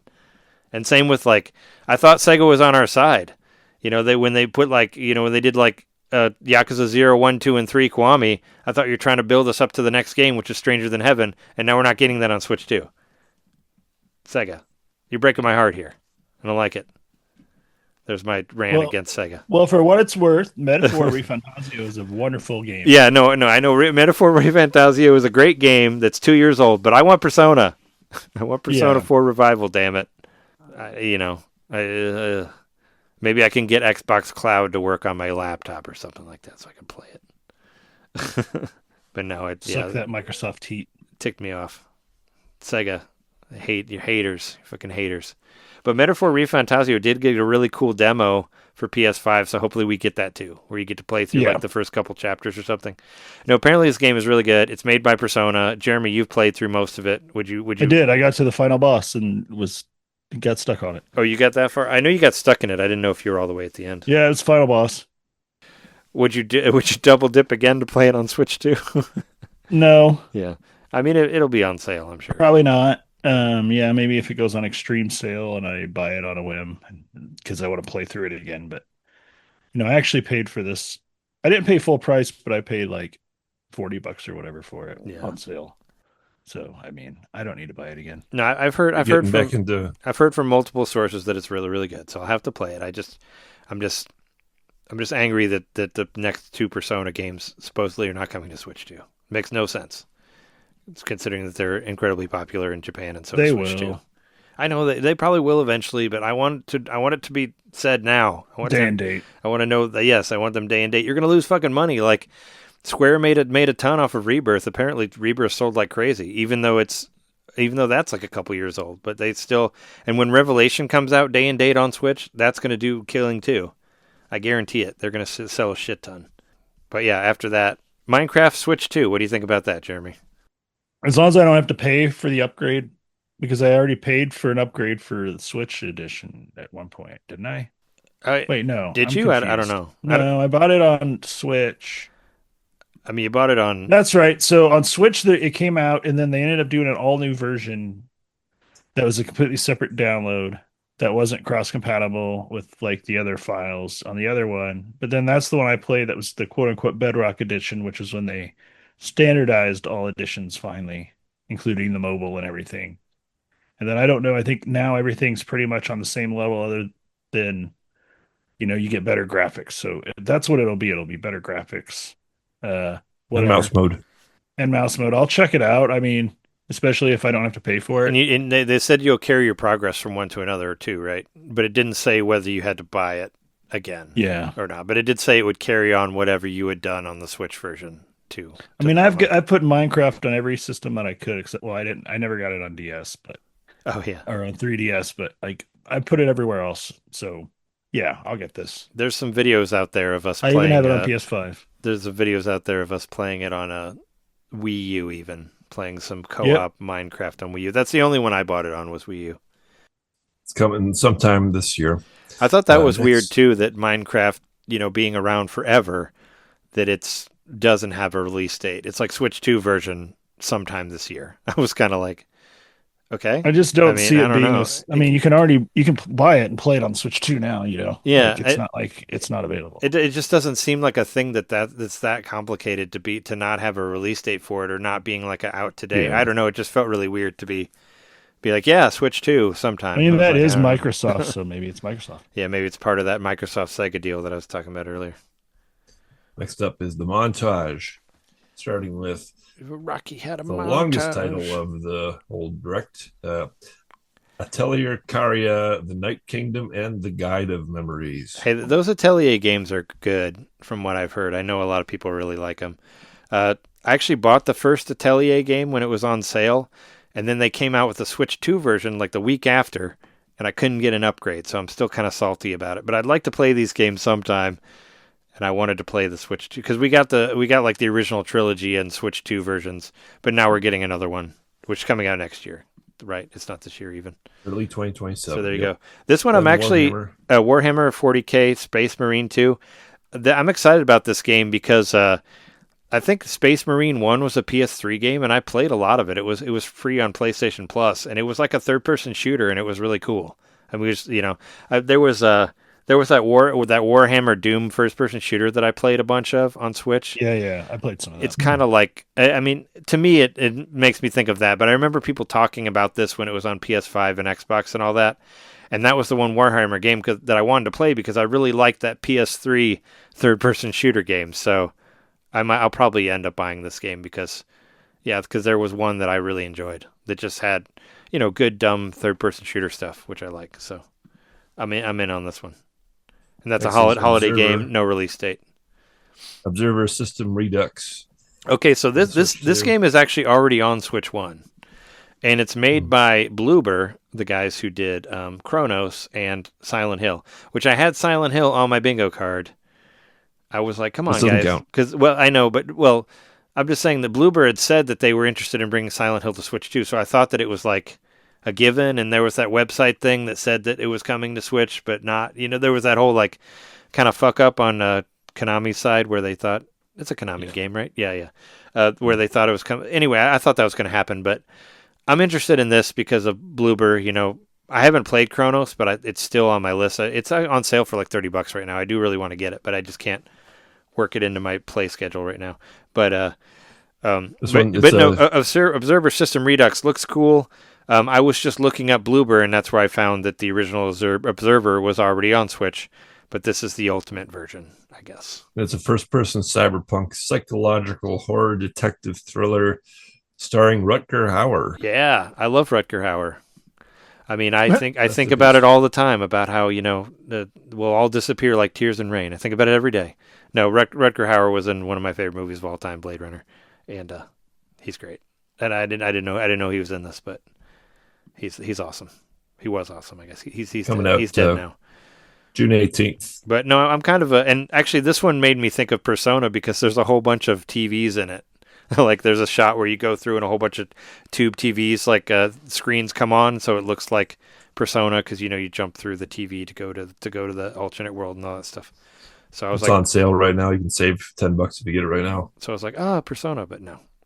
But no, I'm still interested in this one because horror cyberpunk stuff, cool. DayZ is a multiplayer survival horror. I'd only heard of this game like in name. I really never knew anything about it. This game's been around for a long time. Right? That's yeah, what I hasn't heard, it yeah. been around forever? I don't even know. Yeah, I don't know anything about it. I just recognize the name. It came out. 2018 originally. I'm surprised. I thought that one had a Switch 1 version too. I don't know. Probably did. Places the player in multiple fictional countries where a mysterious plague has turned most of the population into violent, infected zombies. We can just stop saying different names for zombies. They're all zombies. We know it. Just say zombies if you're doing a zombie thing. That's coming out sometime this year. Not a zombie.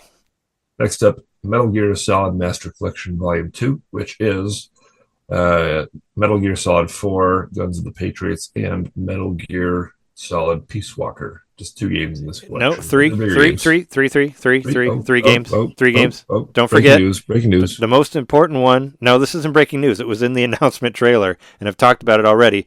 One of the best Metal Gear games, Metal Gear Game Boy Color, is on there. Don't forget. The best game in the whole collection. Yeah.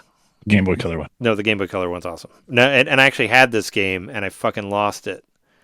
And I'm still mad about it. I mean, it's a really expensive cartridge, but no, I forget what's it called, like Outer Heaven or something with the subtitle. You can play it on the Delta emulator. I could, but I mean, I want to play it I want to play it correctly. I want to play it with a controller, not on the TV. You can play it for $49.99 starting August 27th. Yeah, no, I'm getting it. This one has actually been on the eShop for a long time, but yeah, it finally made it onto a Direct. It was announced whenever it was announced. 4 was stuck to the PS3, right, until recently. Yeah, but Metal Gear Solid 4 was a PlayStation-only game, which I played that game. I beat it. I liked it a lot at the time. I'd be interested to play through it again and see what I think of it. But yeah, it was a pretty big deal at the time because it looked really, really good for that. It was like the showcase for PlayStation 3. But yeah, this one has the PlayStation Portable game. Peace Walker is a good game too. I've also played that on PSP. But yeah, But the Game Boy Color game rocks. It's really really good. Like it was just it was the only Metal Gear game that we had for a while, and it's really cool. So then it's Rise of the Tomb Raider 20-year celebration. And I was confused about this because I was like, well, Tomb Raider was 1996. Well, it turns out this is actually a game that came out about 10 years ago, 2015, and on the Xbox. And then when it came out in 2016 on the PlayStation 4, they redubbed it the 20-year edition because that was 20 years. So yeah, I'm gonna get this game at some point. Like I've played the other one, so this is the second one in the remade Tomb Raider trilogy. So it was Tomb Raider, this one. What was this one again? Rise of the Tomb Raider and Shadow of the Tomb Raider. That's the three. That's the three of them. And yeah, I've only played the first one, and I really liked it a lot. It was free. It was free on PlayStation Plus. I played it on PS3, and I always wanted to play the other two. The first one's on Switch 2, and now this one's there too. I figured I'll just wait till they're all out, and I'll buy them on sale and just try to play through them because they're not that long. I imagine probably like 10-15 hours. So that's what I figured. I did have Tomb Raider on my bingo card, but it didn't help me out. Oh yeah.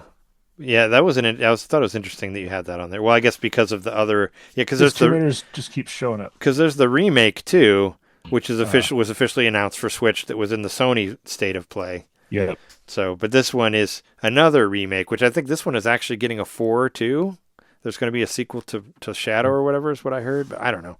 Anyway, these games are cool.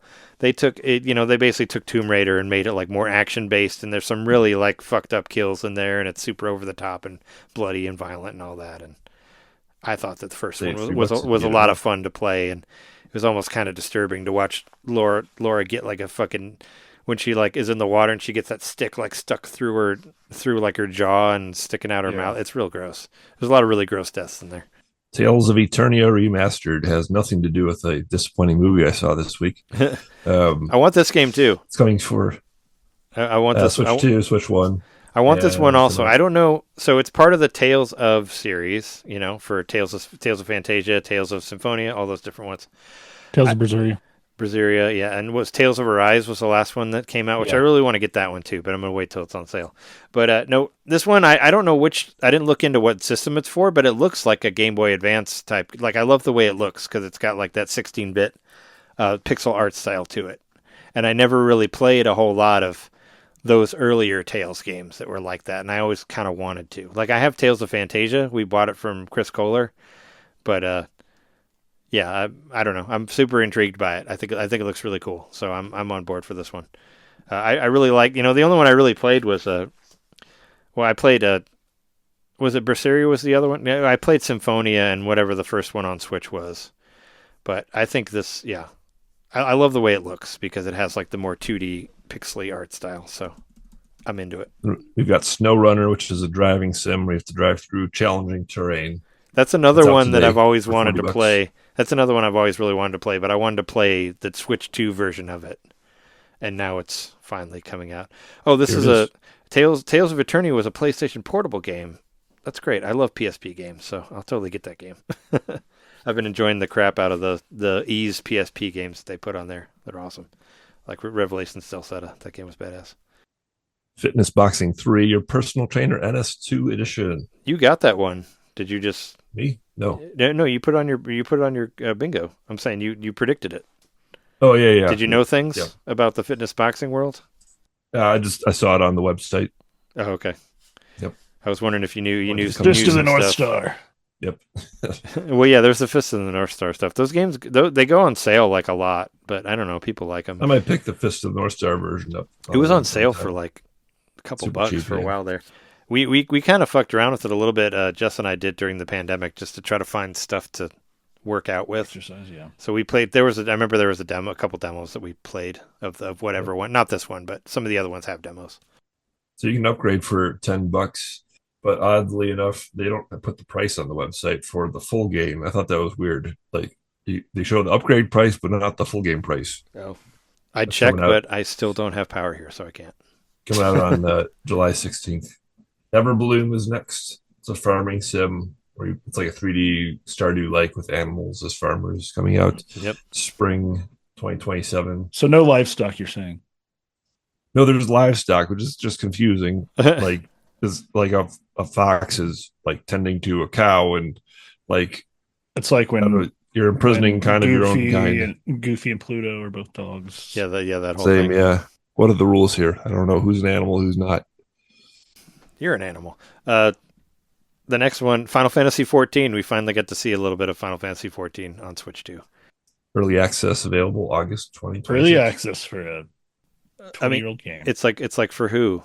Yeah, I mean, but this is like they keep adding shit to this game though. It's like it's the Dragon Quest X of it all. Like Dragon Quest X was a Wii game, but it's still going. It keeps getting re-released and adding more stuff to it. That's the way these MMOs go, right? They just keep adding shit to it. I really want to see. They're living and breathing. I want to see how much we get for free, because apparently you can play through the first like 4 or 5 parts of it or whatever for nothing. So I'm very intrigued about this game because I hear people talk about it all the time. So I want to try Kingdom it out. Hearts collection. We got a whole bunch of Kingdom Hearts stuff now. So wait. So don't forget, we already have it, or we had it. Now it's not a cloud version. Now it's a native version, which good, because the cloud version kind of sucked. I fucked around with it a little bit, like the free stuff that you could do, but it was so weird that this is like a PlayStation 2 game. That's a cloud. It's PlayStation 2. Like, come on, you can do it. It's fine. Like, we don't need it as a cloud version. But yeah, they released all of them onto Switch 1 as cloud versions, but now they're getting official correct versions, and all of your progress carries over on that too, from whatever you did play on the cloud version onto this, which cool. I had hoped was for Resident Evil, but it didn't. But yeah, there's that. But coming October 8th. But the crazy thing that kind of blew my mind is that Kingdom Hearts 4 had its premiere on a Nintendo Direct. Like, I would have never That's pretty cool. ever predicted that. That was like such a PlayStation thing. Yeah, right. Kingdom Hearts, Kingdom Hearts 4 had been announced, but I don't think anybody had actually seen any of it. And I believe this is the first footage ever of Kingdom Hearts 4 in a Nintendo Direct. That's just bonkers. Like, I had never in a million years thought that. And then once again, I was saying that Square Enix likes Nintendo, obviously, because we're also getting, as we learned from Summer Game Fest, we're also getting a Final Fantasy VII Revelations day and date on Switch 2 also, which I'm very excited for next year. But yeah, there's a demo for Kingdom Hearts 3. I did actually play it last night. I fucked around with it a little bit. It looks great. I mean, I don't really like those games, but as far as like it's 60 FPS, like it looks great. Like it is super smooth. Like there's a Toy Story like side mission that you can do where you're like in the room and you climb up the wall and you jump out of the house and you get to run to the toy store, and this whole like kind of open world thing. I was pretty impressed by how good it looked for, because what, Kingdom Hearts 3, that was a PS4 game or something, right? I think. I don't know. Yeah. I'm not really into those games, but from what I saw of playing the demo, I thought it looked really good. Like I thought it looked really, really pretty on Switch 2. And I think it's funny that Kingdom Hearts 4, like, you know, all these games take place in Disney worlds, but Kingdom Hearts 4 takes place in Tokyo. It's fucking that fucking hilarious. It's like, we're tired of going to fucking Frozen and wherever else, we're going to Tokyo. It's like, all right, let's just make it different from any of the other games. Why not? And in that game, Donald Duck is the strongest mage in the world for, I don't know why, but he's one of your people. Donald and Goofy are your party members. Yep. That you run around with. If you ever wanted to play those games, now would be the time on Switch 2, I guess. I don't know. There's like so many of them. I did kind of like the 3DS game. Dream Drop Distance was kind of fun from what I played on the demo, but whatever. But yeah, Kingdom Hearts 4, Switch 2 day and date. Nuts. That just blew my mind. And then we got a tiny mini trailer for Legend of Zelda Ocarina of Time. It is official now. It exists. Real. It is official. I kind of we just get to look at Link sleeping. Yeah, I was hoping we'd see a little bit of footage, considering that it is coming out this year at some time. But I'm fine with just knowing that it's coming out this year. I don't need to know. It's going to come out in November. That's when the original game came out in November 18th. But no one wants to release games in November this year. Well, because they think that GTA might come out in November, which actually I don't think Nintendo cares about that. They probably don't think they give a shit. I don't think any Japanese people care about that. But I mean, it's more of an American thing for people who lust over being criminals. Yep, Western. But yeah. Anyway, I'm excited for it. So I mean, like, what do you guys? We talked briefly about this, but what do you guys want for a remake of Ocarina of Time? I just want it to be creepy looking because it's uncanny with the graphics, which I'm a little worried about. I just want it to be different, but not too different. I'd like it to be like, we've talked about it enough where it's like, we did a whole remake. We did a whole episode about it. John wasn't here, but we did whenever Nate the Hate spoiled it the first time. We did an episode talking about what we wanted from it, and both Jeremy and I both said that we wanted something. We obviously don't want like the 3DS remake again. We want something that's different enough that makes it something that's different enough to make me want to buy it. Because if it's the same as the 64 one, I don't want it. Like if it's like Star Fox, I'd be a little hesitant. It needs to be a little different. I mean, do we want to watch King Zora slide for 30 seconds or 1 minute or whatever it is? I hope so, because that part's funny. I want that part. Well, this is a game that famously like established the timeline, or maybe it was more Wind Waker that established the Zelda timeline, right? It was Wind Waker. This is the one where the things split, right? Looking at the timeline, this is the one where things split in different directions, where Link did kill Ganon or Link didn't kill Ganon. That's only for the Hyrule Historia shit. But the only reason they started that was because of Wind Waker. I'm only saying for that. Because of Wind Waker, they said that it was a different Link and it's not the same Link the whole time. We never needed. So I'm only saying because of that, it would be ripe for doing something different, because this is in the timeline. And fans all know this. This is like the splitting point. So it would be cool if they took up that idea of doing something completely different with this particular Zelda game. Yeah. I would like to see them do like the Final Fantasy VII remake stuff and just go crazy with it, where we have these whispers or whatever that are trying to keep you on the path, but you're going a different path, and they hinted at going one way, but it goes a different way. Like I love like how they just kind of just ran with it, and just was like, let's make it completely different from the original game. Like I kind of wish they would do something like that. I know I had joked about them doing 2 different versions, like Young Link and Old Link as 2 games, but maybe we don't need to go that far. But I just want to see something. I just want to see something different. I don't want it to be like, oh, you can play through the whole thing. I mean, maybe you can play the whole thing with your 64 controller, sure, but I want it to be different enough for me to, want to throw like $60 at it or 70 or whatever they want to charge for this when it comes out, because I don't want Ocarina of Time again. I already have it on NSO. If I want to play it, I could play it. Right. It's right here. Played it a bunch. Yeah. It's my forever favorite game of all time. I'm wearing the shirt right now in honor of the announcement. And I just want to see something new this time. So please do that. I mean, Link looks really detailed on there, so I'm kind of, from when it shows him laying down, like when it actually shows the character model or whatever, so I'm afraid. Mm-hmm.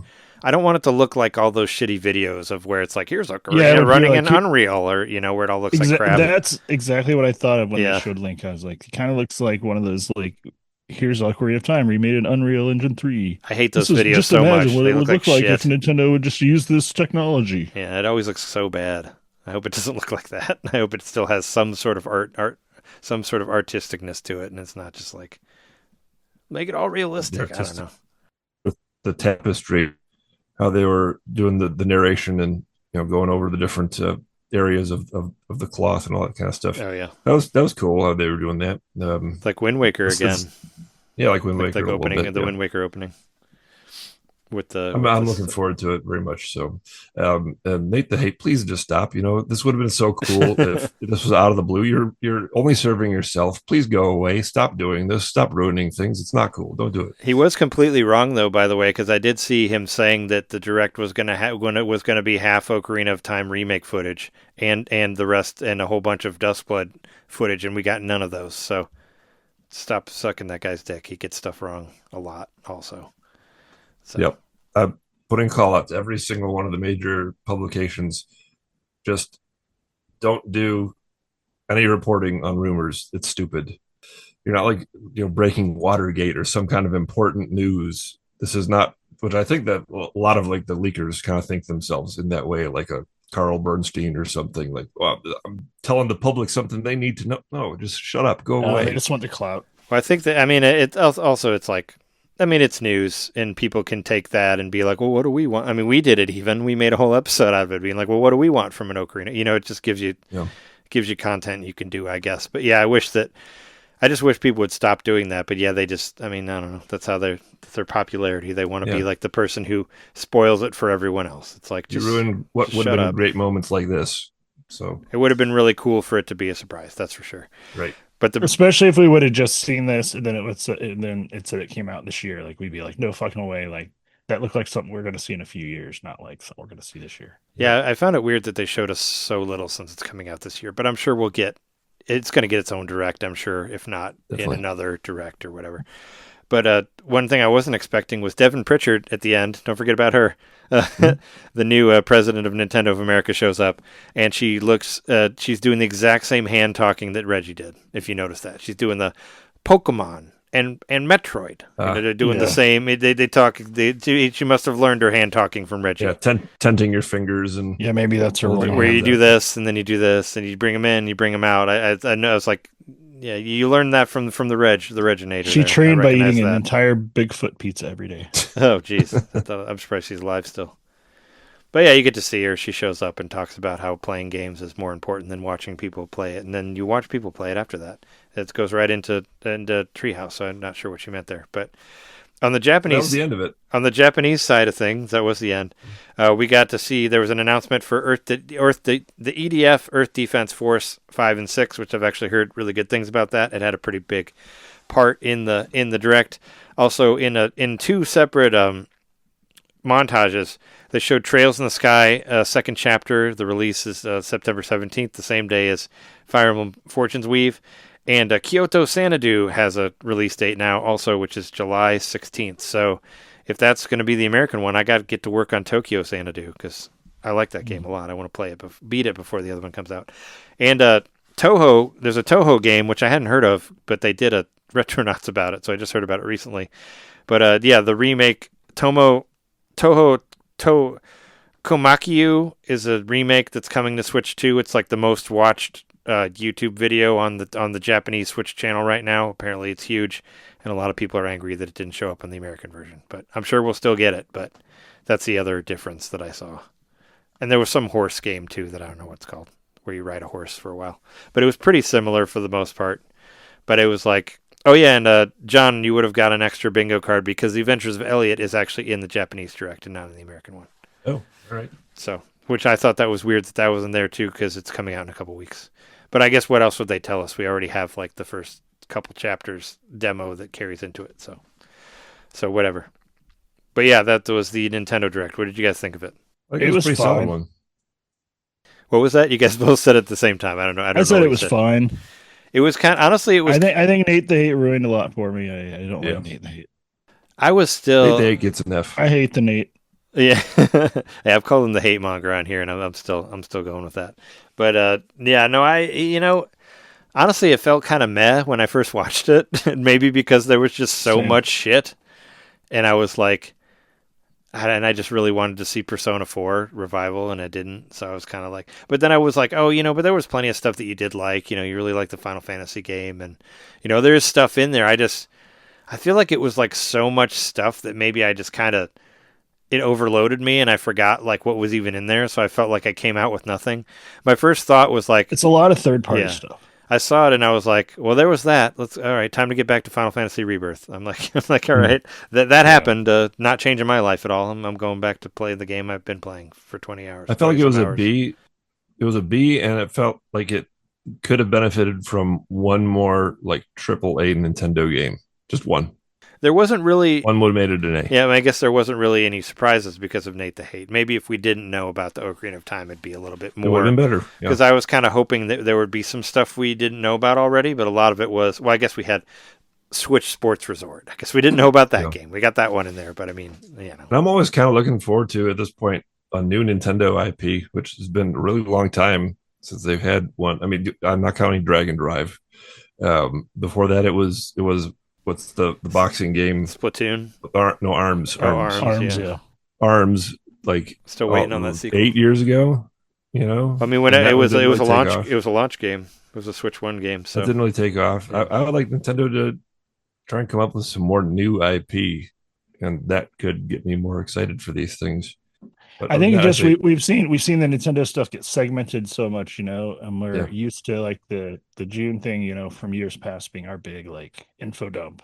Mhm. And I mean, there was a lot of info here, but it's definitely a dump. I don't know. It just doesn't have the same glitz and glamour that it used to have of the glitz and glamour it used to have of like, and also, I mean, presentation wise, there wasn't much. Like you had a little bit of the talking, but I don't know, something about just the old like the theatrical presentation by the different developers or the different people from Nintendo and stuff. We just don't have that kind of thing anymore. So I think that takes some of the fun away from it too. But I will say I got up. I was watching it when it started. I fell asleep during the presentation. And I woke up and it was Treehouse. I'm like, oh shit. Like I haven't seen anything about Zelda or anything. So I started scrubbing back through it and I saw the logo for Ocarina of Time. I'm like, okay, I found it.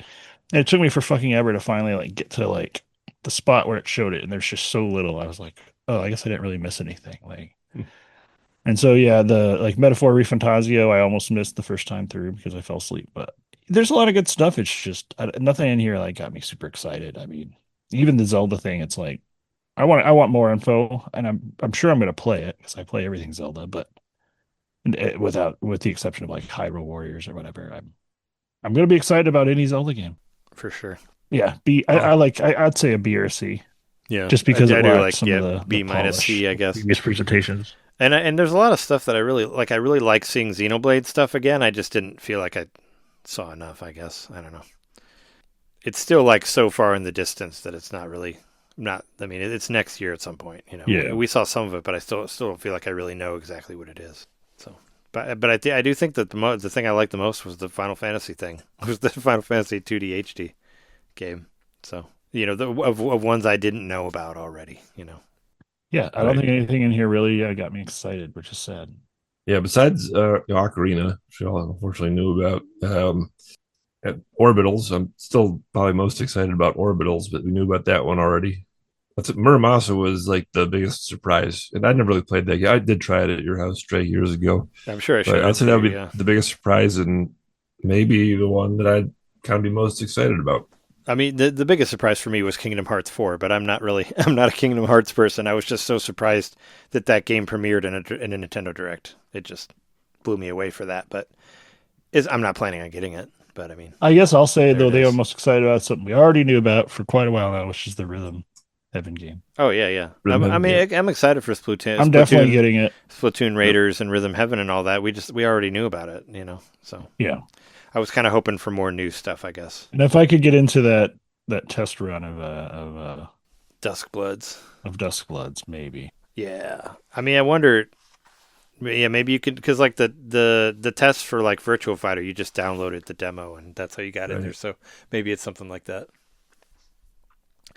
But quickly, what are some You like it? highlights from the 20 other directs that happened? Also, I'm going to suggest that.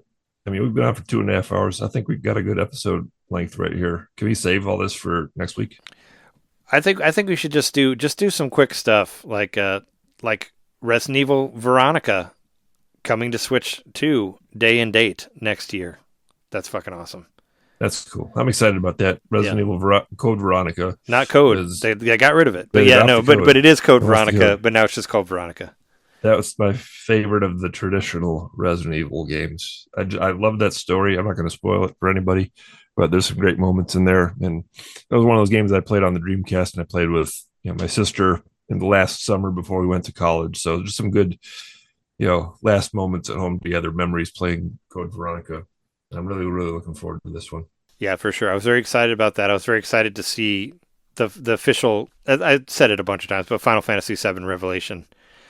It's really cool. Oh, and they class change. There's class changes in there. You can actually change your classes to like 4 or 5 different classes. I watched the trailer a couple times. I find it interesting because Aerith is not in the trailer of Revelations. So is she actually going to die? I don't know. She's not in there. I think they did that intentionally to make you wonder what's going to happen to her. The High Wind, there is an airship in there, but it looks like it's going to kind of do like what the fuck was it called? Skyward Sword, like Skyward Sword, where you fly around and then you jump off. It even does the same thing where you jump and fall in the sky. They showed Tifa and Cloud doing that. Queen's Blood is coming back, which is good because I like Queen's Blood a lot on Rebirth. So that's a card game that you play that's really fun. And there's a lot of shit. I just won a Queen's Blood tournament on a cruise in the game and Final Fantasy VII Rebirth.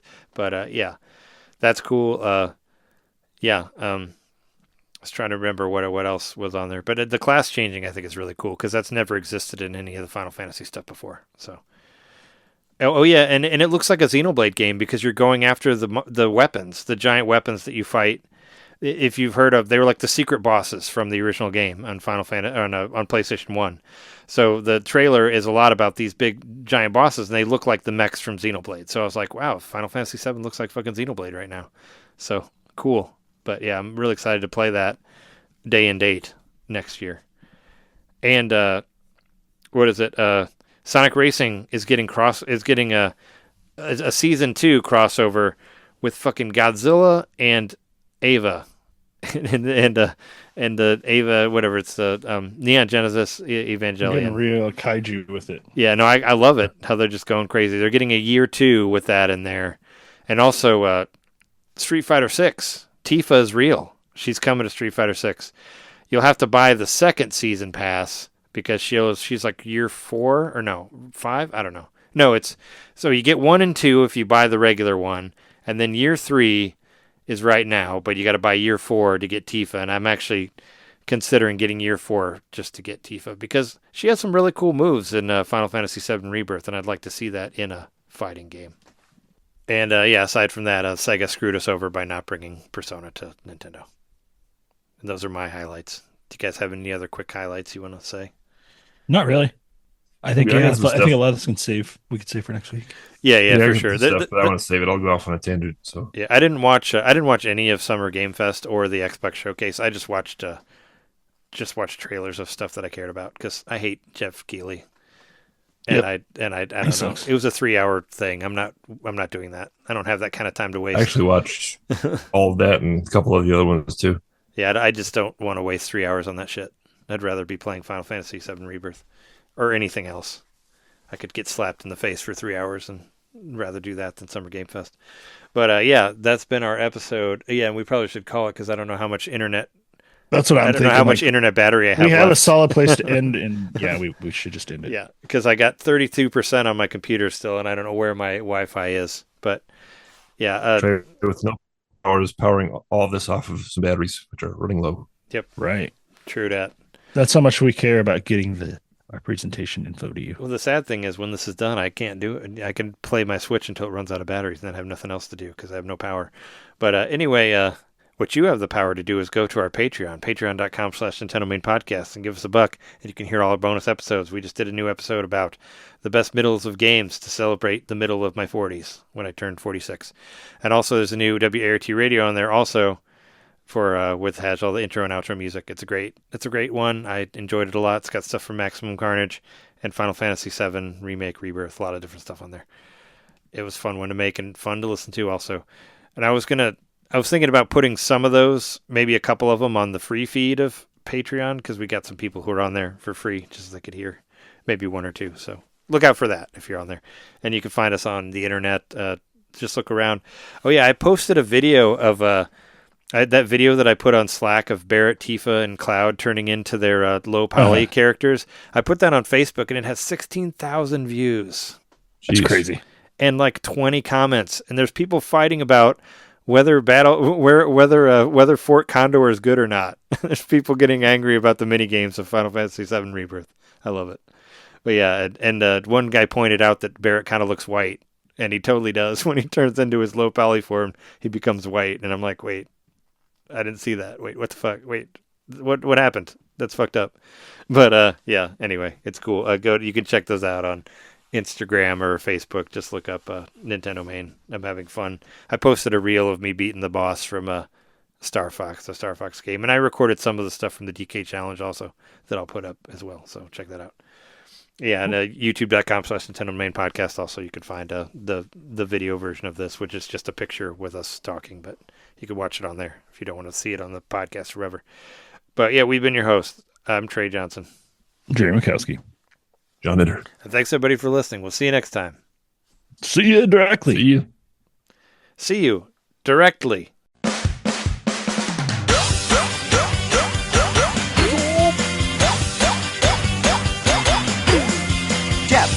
Jab, go, go, go! Shivering cold on a big city night. Well, that's just how you tell me way back then. And in the startled blink of an eye, I knew my life was forever changed.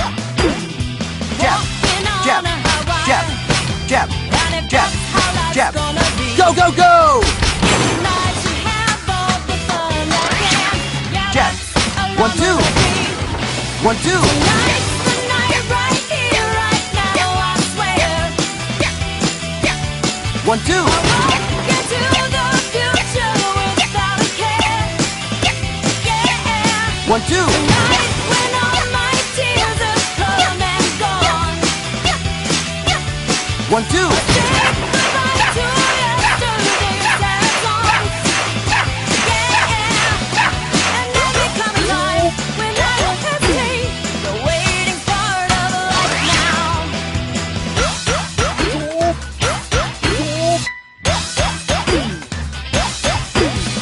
Jab, jab, jab, jab, jab. So we might have to have some Okay. repeating there, but I'm recording right now. Let's just try to do it. Everybody can see me. We're all good. We're recording, right? All over the place. Everyone is recording. Am I gone? Yeah, this is already going great. Oh, fuck. Recording in progress. Hello. And you're in. Having a great time here. Really, it's a great time.